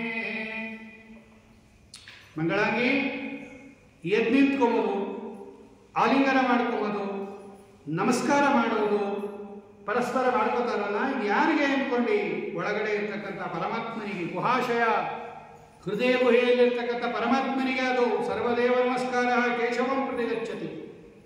ನಾನು ನಿಮ್ಮಪ್ಪ ಬಂದಾಗ ವಸುದೇವ ಶಬ್ದವಾಚನಾಗಿರ್ತಕ್ಕಂಥ ಭಗವಂತನನ್ನು ನಾನು ನಮ್ಮ ಬ್ರಹ್ಮದೇವರ ದೇಹದಲ್ಲಿ ಚಿಂತನೆ ಮಾಡ್ತಾ ಕೂತಿದ್ದೆ. ನಿಮ್ಮಪ್ಪನಿಗೆ ನಮಸ್ಕಾರ ಮಾಡಿದ್ರು ಒಳಗಡೆ ಇರೋ ಭಗವಂತನಿಗೆ ಹೋಗೋದು, ನಾನು ಬ್ರಹ್ಮದೇವರ ಒಳಗಡೆ ಇರ್ತಕ್ಕಂಥ ಭಗವಂತನನ್ನು ಚಿಂತನೆ ಮಾಡ್ತಾ ಕೂತಿದ್ದೆ. ನಿಮ್ಮಪ್ಪ ನನಗೆ ನಮಸ್ಕಾರ ಮಾಡಲಿಲ್ಲ ಅಂತ ತಿಳ್ಕೊಂತಿದ್ದಾನೆ, ಇದೇ ತಪ್ಪು. ಅದಕ್ಕೋಸ್ಕರ ದ್ವೇಷ ಮಾಡ್ತಾ ಇದ್ದಾನೆ, ಹೋಗಬೇಡ ಅಂತ ಇಷ್ಟು ಹೇಳಿದ್ರು. ಅವಳು ಒಂದ್ಸಲ ಒಳಗೆ ಹೋಗೋದು, ಒಂದ್ಸಲ ಹೊರಗೆ ಬರೋದು, ಮತ್ತೆ ಕೇಳೋದು, ಅವ್ರ ಪಾಡಿಗೆ ತಪಸ್ ಮಾಡ್ತಾ ಕೂತ್ಬಿಟ್ರು. ಅತ್ಲು, ಕರದ್ಲು, ರುದತಿ ಎಲ್ಲ ಇದೆ ಭಾಗವತದಲ್ಲಿ. ಕಡೆಗೆ ನಿಶ್ಚಯ ಮಾಡಿಬಿಟ್ಟು ಹೊರಟೇ ಬಿಟ್ಟು ನಾನು ಹೋಗ್ತೀನಿ ಅಂತ. ನಾನು ಹೋಗ್ತೀನಿ, ನೀವು ಬರದೇ ಇದ್ರೆ ಬೇಡ ಅಂತ. ಯಾಕೆ ಅಂದರೆ ಅವರು ತೋರಿಸ್ತಾರೆ, ಸ್ತ್ರೈಣ ಮುಂದೆ ಹೆಣ್ಣು ಮಕ್ಕಳು ಗಂಡನ ಆಜ್ಞೆಯನ್ನು ಮೀರಿದರೆ, ಗಂಡನಿಗೆ ಆಜ್ಞೆಯನ್ನು ಮೀರಿದರೆ ಏನು ತೊಂದರೆ ಆಗುತ್ತೆ ಅಂತ ಜಗತ್ತಿಗೆ ತೋರಿಸ್ಬೇಕಾಗಿದೆ. ಅದು ಪಿತ್ರೋರಗ ಸ್ತ್ರೈಣ ವಿಮೂಢವೀ ಗೃಹನ್ ಭಾಗವತ ಹೇಳುತ್ತೆ. ಸತೀದೇವಿ ಗಂಡನ ಆಜ್ಞೆಯನ್ನು ಧಿಕ್ಕಾರ ಮಾಡಿ ಹೋದ್ರು ಅಂತ ತಿಳ್ಕೊಂಡ್ಬಿಡ್ಬೇಡಿ. ಯಾರು ಗಂಡನ ಆಜ್ಞೆಯನ್ನು ಬೇಡ ಅಂತ ಕೆಲಸವನ್ನು ಯಾರು ಮಾಡ್ತಾರೆ, ಮುಂದೆ ಇಂಥ ಗತಿ ಬರುತ್ತೆ ಅಂತ ಜಗತ್ತಿಗೆ ತೋರ್ಸಕ್ಕೋಸ್ಕರವಾಗಿ ಹೊರಟೇ ಬಿಟ್ಟರು. ಒಂದಷ್ಟು ರುದ್ರಗಣಗಳು ಹೋಯಿತು, ಬಂದು ತುಂಬಿದ ಸಭಾ ನೋಡ್ದ, ಇವನು ಮಾತಾಡಿಸಲೇ ಇಲ್ಲ, ಸುಮ್ಮನೆ ಆಗ್ಬಿಟ್ಟೆ. ಬೇರೆ ಭಯ ಅವನಿಗೆ, ಈ ದಕ್ಷಿಣ ಭಯ, ಯಾರೂ ಮಾತಾಡಿಸ್ಲಿಲ್ಲ. ಅಕ್ಕಂದಿರು ಬಂದರು, ಕರ್ಕೊಂಡೋದ್ರು, ತಾಯಿ ಬಂದರು, ಕರೆದ್ರು, ಕೂತ್ಕೋ ಅಂತ ಆಸನ ಕೊಟ್ಟರು. ಕೂತ್ಕೊಳ್ಳಿ, ನಾವು ದೊಡ್ಡ ಭಂಡಾರದ ಆಸನ ಕೊಟ್ಟರು, ಕೂತ್ಕೊಳ್ಳಿ. ಅವಮಾನ ಆಗೋದು, ಬಂದವ್ರನ್ನ ಬನ್ನಿ ಅಂತ ಕರೀಲೇ ಇದ್ರೆ ಮಹಾ ಅವಮಾನ ಅದು. ನೋಡು, ನಮ್ಮ ಯಜಮಾನರು ಹೇಳಿದ್ರು ಬನ್ನಿ ಅಂತ ಕರೀಲೇ ಇಲ್ಲ, ಇವರು ಬರಬಾರ್ದಾಯಿತು ಅಂತ. ಆವಾಗ ಗೊತ್ತಾಯಿತು ಬಂದಾಗೋದಿದೆ, ಕೂತ್ಕೊಂಡು ನೆಲದ ಮೇಲೆ ಕೂತ್ಕೊಂಡು ಆಸನ ತಗೊಳ್ಳೇ ಇಲ್ಲ. ಆಹುತಿ ಹಾಕುವ ಸಂದರ್ಭದಲ್ಲಿ ರುದ್ರಾಯ ಸ್ವಾಹ ಹಾಕಬ ದಕ್ಷ ಅಂತ ಪುರೋಹಿತರು ಹೇಳಿದ್ರು, ಬೇಡ ಅಂದ್ಬಿಟ್ಟವನು. ಇಲ್ಲ, ಹಾಕಲಿಲ್ಲ. ಯಾವಾಗ ರುದ್ರದೇವರಿಗೆ ಆಹುತಿ ಕೊಡಲಿಲ್ಲ, ಇವಳು ಕೋಪ ಬಂದ್ಬಿಟ್ಟು ಸತೀದೇವಿ ಎತ್ತುಕೊಂಡು ಹೇಳ್ತಾಳೆ, ದೋಷಾಂಪರೇಶಾನ್ಮಿ ಗುಣೇಶ್ವಸಾದವೋ ಗೃಹಂತಿ ಕೇಚಿನ್ನ ಭವಾದೃಶ ಪ್ರಜಾಪಿಜಾಹ. ಅಪ್ಪ, ಲೋಕದಲ್ಲಿ 2 ಥರ ಜನ ಇರ್ತಾರೆ. ಬೇಕಾದಷ್ಟು ದೋಷ ಇದ್ರೂ ಒಂದು ಗುಣ ಇದ್ರೆ ಆ ಗುಣವನ್ನು ಎತ್ತಿ ಹೊಗಳಬೇಕು, ಇಂಥದ್ದು ಗುಂಪು ಒಂದು. ಬೇಕಾದಷ್ಟು ಗುಣಗಳಿದ್ರೂ ಒಂದು ದೋಷ ಇದ್ರೆ ಆ ದೋಷ ಎತ್ತಾಡೋದು ಇನ್ನೊಂದು. ನೀನು ಯಾವ ಗುಂಪಿಗೆ ಸೇರ್ಕೋತಾ ಇದ್ದೇನೆ? ಗುಣಾಂಶ ಪಲ್ಗೂನ್ ಬಹುಳೀಕರಿಷ್ಣವ. ಅಲ್ಪ ಗುಣ ಇದ್ರು ಅದನ್ನು ದೊಡ್ಡದಾಗಿ ಹೇಳ್ಬೇಕಂತೆ, ಇವನಿಂತವನು ಅಂತ ದೋಷ ಎಲ್ಲ ಮುಚ್ಚಿಡ್ಬೇಕಂತೆ ಇನ್ನೊಬ್ಬರನ್ನು ಹೇಳುವಾಗ. ನೀನು ನಮ್ಮ ಯಜಮಾನರು ಎಷ್ಟು ಗುಣ ಸಂಪನ್ನರು. 2 ಅಕ್ಷರ ಅದು, ದ್ವ್ಯಕ್ಷರಂ ನಾಮಗಿರೇರಿತಂ ಗುಣಾಂ. ಭಕ್ತಿಯಿಂದ ಒಮ್ಮೆ ಶಿವ ಅಂದರೆ ಸಾಕು, ಸಕಲ ಪಾಪಗಳು ಪರಿಹಾರ ಆಗುತ್ತೆ ಅಂತ ಪವಿತ್ರ ಕೀರ್ತಿ ಇರ್ತಕ್ಕಂಥವರು. ನಿಂಗೇನು ಗೊತ್ತು? ಕೇಳು. ಇಂದ್ರಾದಿ ದೇವತೆಗಳನ್ನು ಕೇಳು, ಸನತ್ಕುಮಾರಾದಿಗಳನ್ನು ಕೇಳು, ನಾರದಾದಿಗಳನ್ನು ಕೇಳು, ಅವರ ಮಹಿಮೆ ಹೇಳುತ್ತಾರೆ. ಯಾರಿಗೆ ರುದ್ರದೇವರ ಅನುಗ್ರಹ ಆಗೋದಿಲ್ಲ ಅವರಿಗೆ ಭಗವಂತನ ಅನುಗ್ರಹ ಸುತರಾಂ ಆಗೋದಿಲ್ಲ. ಭಗವಂತನ ಅನುಗ್ರಹ ಆಗಬೇಕು ಅಂದರೆ ಮಹಾರುದ್ರದೇವರ ಅನುಗ್ರಹ ಆಗಬೇಕು. ಮನೋಭಿಮಾನಿಗಳಾಗಿರ್ತಕ್ಕಂಥವರವರು ಎಲ್ಲಿ ದೊಡ್ಡವರ ಅಪನಿಂದನೆ ಅಂದರೆ ನಿಂದನೆ ನಡೀತಾ ಇರುತ್ತೆ ಅಲ್ಲಿ ಇರಬಾರ್ದು. ಕರ್ಣೋಪಿಗಾಯದ ಕಲ್ಪ ಈಶೆ ಎಲ್ಲ ವಿಷ್ಣು ತೀರ್ಥರು ಬರೀತಾರೆ. ದೊಡ್ಡವರನ್ನ ಮಹನ್ನಿಂದಾವರ್ಜನ ಪ್ರಕರಣ ಅಂತಲೇ ಒಂದು ಪ್ರಕರಣ ಇದೆ ಸಾರೋದ್ಧಾರದಲ್ಲಿ. ದೊಡ್ಡವರನ್ನ ನಿಂದನೆ ಮಾಡಬಾರ್ದು, ಈ ಶ್ಲೋಕ ಎಲ್ಲ ತಗೊಂಡಿದ್ದಾರೆ ಅವರು. ಅಲ್ಲಿ ಇರಬಾರ್ದಂತೆ, ಅವರು ಕಿವಿ ಮುಚ್ಚಿಕೊಂಡು ಅಲ್ಲಿಂದ ಎದ್ದೊಡ್ಡೋಗ್ಬಿಡ್ಬೇಕಂತೆ. ದೊಡ್ಡವರ ನಿಂದನೆ ನಡೀತಾ ಇದ್ದಾರೆ. ಇಲ್ಲೇ ಇದ್ರೆ ಅವನೇನಾದರೂ ಸಮರ್ಥನಾಗಿದ್ರೆ ಆ ನಾಲಿಗೆಯನ್ನು ಎಳೆದು ಕತ್ತರಿಸ್ಕೊಡ್ಬೇಕಂತೆ. ಅವನು ದೊಡ್ಡವರು ನಿಂದನೆ ಮಾಡ್ತಾ ಇರ್ತಕ್ಕಂಥ ನಾಲಿಗೆಯನ್ನು ಅದೂ ಇಲ್ಲದೆ ಇದ್ರೆ ಪ್ರಾಣನಾದರೂ ಬಿಟ್ಟುಬಿಡ್ಬೇಕಂತೆ. ಅಲ್ಲಿ ಕೂತಿರಬಾರ್ದು. ನಾನು ಸಮರ್ಥಳು, ನಾನು ಸುಮ್ಮನೆ ಕೂತಿರೋಕ್ಕಾಗಲ್ಲ. ನೀನು ನನ್ನ ತಂದೆ, ನಿನ್ನ ನಾಲ್ಗೇನೂ ಕತ್ತರಿಸೋಕ್ಕಾಗಲ್ಲ. ನಂಗೆ ಉಳಿದಿರೋದು ಒಂದೇ ಮಾರ್ಗ, ಈ ದೇಹವನ್ನೇ ತ್ಯಾಗ ಮಾಡಿಬಿಡ್ತೀನಿ, ಪ್ರಾಣನೇ ಬಿಟ್ಬಿಡ್ತೀನಿ. ನಿನ್ನಂತಹ ಶಿವದ್ವೇಷೆಯಿಂದ ಹುಟ್ಟಿರತಕ್ಕಂತಹ ಈ ದೇಹನೇ ನನಗೆ ಬೇಡ. ಗೋತ್ರಂ ತ್ವದೀಯಂ ಭಗವನ್ ವೃಷಧ್ವಜೋ ದಾಕ್ಷಾಯಿಣೀತ್ಯಾಹಯದ ಸುಧರ್ಮನಃ. ನಾನು ನಮ್ಮ ಯಜಮಾನರು ಏಕಾಂತದಲ್ಲಿರುವಾಗ ನನ್ನನ್ನು ಅವರು ದಾಕ್ಷಾಯಿಣಿ ಅಂತ ಕರೀತಾರೆ. ದಾಕ್ಷಾಯಿಣಿ ಅಂದರೆ ದಕ್ಷಪುತ್ರಿ ಅಂತ ಅರ್ಥ. ಆಗ ನಿನ್ನ ಹೆಸರು ಜ್ಞಾಪಕ ಬರುತ್ತೆ. ಆಗ ನೀನು ಮಾಡಿದ ಅವಮಾನ ಜ್ಞಾಪಕ ಬರುತ್ತೆ. ಅದು ತುಂಬಿದ ಸಮಯದಲ್ಲಿ ಅವಮಾನ ಮಾಡಿದೆಯಲ್ಲ, ಅಷ್ಟು ಜನದ ಮಧ್ಯೆ ನಮ್ಮ ಯಜಮಾನರಿಗೆ ಅಂತಲ್ಲ, ಇಡೀ ಜಗತ್ತಿಗೆ ಸ್ವಾಮಿಯವರು, ಇಡೀ ಜಗತ್ತಿಗೆ ಉಪಕಾರಿಯವರು, ಪವಿತ್ರ ಕೀರ್ತಿಯವರು, ಒಬ್ಬರಿಗೆ ಕೆಟ್ಟದ್ದು ಬಯಸೋದಿಲ್ಲ ರುದ್ರದೇವರು. ಅಂತಹ ಮಹಾನುಭಾವರನ್ನ ನಿಂದನೆ ಮಾಡಿದೆಯಲ್ವ ನೀನು, ನಮಸ್ಕಾರ ಮಾಡಲಿಲ್ಲ ಅನ್ನೋ ಒಂದೇ ಕಾರಣಕ್ಕೆ ಆ ಸಿಚುಯೇಷನ್ ಮತ್ತೆ ಮೇಲಿಂದ ಮೇಲೆ ಜ್ಞಾಪಕ ಬರುತ್ತೆ. ಪಾಪ ನಮ್ಮ ಯಜಮಾನಿಗೆ ಮತ್ತೆ ಮನಸ್ಸಿಗೆ ಬೇಜಾರಾಗುತ್ತೆ. ಆದ್ದರಿಂದ ನಾನು ಇದ್ರೆ ತಾನೇ ಅವರು ದಾಕ್ಷಾಯಿಣಿ ಅಂತ ಕರೆಯೋದು, ನಾನು ಇರೋದೇ ಇಲ್ಲ ಅಂದ್ಬಿಟ್ರು. ನಿನ್ನಂತಹ ಶಿವದ್ವೇಷಿಯಿಂದ ಉತ್ಪತ್ತಿಯಾದ ಈ ದೇಹನೇ ಬೇಡ ಬೇಕಂತ ಹೇಳಿಬಿಟ್ಟು ಆ ಯಜ್ಞಮಂಟಪದ ಮಧ್ಯಭಾಗದಲ್ಲಿ ಕೂತ್ಕೊಂಡು ಭಗವಂತನನ್ನ, ಲಕ್ಷ್ಮೀದೇವಿಯನ್ನ, ಬ್ರಹ್ಮವಾಯುಗಳನ್ನ, ಸರಸ್ವತಿ ಭಾರತೀಯರನ್ನ, ತನ್ನ ಗಂಡನನ್ನ ಸ್ತೋತ್ರ ಮಾಡಿ ದೇಹವನ್ನು ಬಿಟ್ಟೇ ಬಿಟ್ಟವಳು ಯೋಗ ಸಾಮರ್ಥ್ಯದಿಂದ. ಅವಳ ದೇಹದಲ್ಲಿ ಉತ್ಪನ್ನವಾಗಿರ್ತಕ್ಕಂಥದ್ದು ಗಾತ್ರೇ ಅನಿಲಾಗ್ನಿಧಾರಣಂ, ಧಕ್ಕಂತ ಹತ್ಕೊಂಡ್ಬಿಡ್ತು, ದೇಹ ಉರದೇ ಹೋಯ್ತು. ಎಲ್ಲರೂ ಬೈತಾ ಇದ್ದಾರೆ ಅವರು ದಕ್ಷನಿಗೆ. ಏನು ಇವನು ದ್ವೇಷನೇ ಸಾಧಿಸ್ದ, ಮಗಳನ್ನು ಕಳ್ಕೊಂಡ್ರು ಕೂಡ ಇವನಿಗೆ ದ್ವೇಷನೇ ಹೆಚ್ಚಾಗೋಯ್ತು ಅಂತ. ಅವನಿಗೂ ಸ್ವಲ್ಪ ಬೇಜಾರಾಯಿತು, ಹೀಗಾಗೋಯ್ತಲ್ಲ ಅಂತ. ಈ ವಿಷಯ ರುದ್ರದೇವರು ಗೊತ್ತಾಯಿತು. ನಿಮ್ಮ ಪತ್ನಿ ದೇಹತ್ಯಾಗ ಮಾಡಿಬಿಟ್ರು ಅಂದಾಗ ಅವರಿಗೆ ಮಹಾಕೋಪ ಬಂದು ತಮ್ಮ ಜಟೆಯನ್ನು ಕಿತ್ತಿ ಅಪ್ಪಳಿಸಿ ಆಗ ಬಂದವನೇ ವೀರಭದ್ರ ಅಂತ ಅವರದೇ ಅವತಾರ. ಕರಾಳದ ಮಿಶ್ರಃ ಜಲದಗ್ನಿಮೋರ್ಜಜ ಕಪಾಲಮಾಲಿ ವಿವಿಧೋಜ್ಜದಾಯುಧ. ಏನು ಎತ್ತರಕ್ಕಿದ್ದಾನೆ ಅವನು, 1000 ಭಾವಗಳಿದೆ, ಆಕಾಶ ಮುಟ್ಟುವಷ್ಟು ಎತ್ತರ ಇದ್ದಾನೆ. ಕೋರೆ ಹಲ್ಲು, ಮೂರ್ತಜ ಅಂದರೆ ಹೊಳಿತಾ ಇರತಕ್ಕಂಥ ಕೂದಲುಗಳು, ಕಪಾಲ, ತಲೆ ಬುರಡೆ ಸರ ಹಾಕೊಂಡಿದ್ದಾರೆ, ಆಯುಧನ್ನು ಹಿಡ್ಕೊಂಡಿದ್ದಾರೆ. ಏನು ಮಾಡಬೇಕು ಅಂತ ಕೇಳಿದ ಅವನು. ಹೋಗಿ ಆ ಯಜ್ಞವನ್ನು ನಾಶ ಮಾಡುವುದು ರುದ್ರದೇವರು. ಬಂದ ಅವನು, ಅವನ ಹಿಂದೆ ಭೂತಗಣಗಳು ಬಂತು. ಏನು ಗಾಳಿ ಅವನು ಬರ್ತಾ ಇದ್ದು ಎಲ್ಲಿ ಯಜ್ಞವಾಟ ಯಜ್ಞಶಾಲೆ ಎಲ್ಲ ಗಡಗಡ ಗಡಗಡ ನಡುಗ್ತಾ ಇದೆ, ತರಗೆಲೆಗಳಂತೆ. ಏಕೆ ಹಿಂಗಾಗ್ತಾ ಇದೆ ಅಂತ ಕೇಳಿದ್ರು. ಅಷ್ಟರೊಳಗೆ ಬಂದ ಇವನು. ಕೆಲವರೆಲ್ಲ ಯಜ್ಞಕುಂಡ ನಾಶ ಮಾಡಿದ್ರು, ಅಗ್ನಿಶಾಲೆ ನಾಶ ಮಾಡಿದ್ರು, ಪತ್ನಿಶಾಲ, ಅಲ್ಲೆಲ್ಲ ಬೇಕಾದಷ್ಟು ದೊಡ್ಡ ದೊಡ್ಡ ಯಜ್ಞಗಳಿರುತ್ತೆ. ಅಲ್ಲಿ ಮಾಡುವಾಗ ಅನೇಕ ಪ್ರಾಗ್ವಂಶ ಅಂತ ಕರೀತಾರೆ, ಪತ್ನಿಶಾಲ ಅಂತ ಕರೀತಾರೆ, ಅಗ್ನಿಶಾಲ ಅಂತ ಕರೀತಾರೆ. ಆಹಾರ ಮಹಾನಸ ಅಡುಗೆ ಮನೆ ಎಲ್ಲ ಇರುತ್ತೆ. ಎಲ್ಲ ನಾಶ ಮಾಡಿಬಿಟ್ರು. ಪಾತ್ರೆಗಳನ್ನು ಪದಾರ್ಥಗಳನ್ನೆಲ್ಲ ಹರಿದಾಕ್ಬಿಟ್ರು, ಕಿತ್ತಾಕಿಬಿಟ್ರು. ಕುಂಡದಲ್ಲಿ ಮೂತ್ರ ವಿಸರ್ಜನೆ ಮಾಡಿಬಿಟ್ರು. ಕಲಶ ಎಲ್ಲ ಹೊಡೆದಾಕ್ಬಿಟ್ರು. ಒಬ್ಬೊಬ್ಬರನ್ನ ಹಿಡ್ಕೊಂಡ. ಈ ವೀರಭದ್ರ ಹಿಡ್ಕೊಂಡ ಪ್ರಜಾಪತಿ ದಕ್ಷನನ್ನ, ಚಂಡೀಶ ಅನ್ನೋದು ಭೂಷಣನ್ನ ಹಿಡ್ಕೊಂಡ, ನಂದೀಶ್ವರ ಮಗನನ್ನ ಹಿಡ್ಕೊಂಡ, ಮಣಿಮಂತ ಅನ್ನೋದು ಭೃಗುವನ್ನು ಹಿಡ್ಕೊಂಡ. ಏನು ಮಾಡಿದ್ರು ಕೂಡ ಇವನು ಸಾಯಲೇ ಇಲ್ಲ. ಹೊಡಿತಾ ಇದ್ದಾನೆ ವೀರಭದ್ರ, ಇವನು ಸಾಯಲೇ ಇಲ್ಲ. ಅವನು ದಕ್ಷ.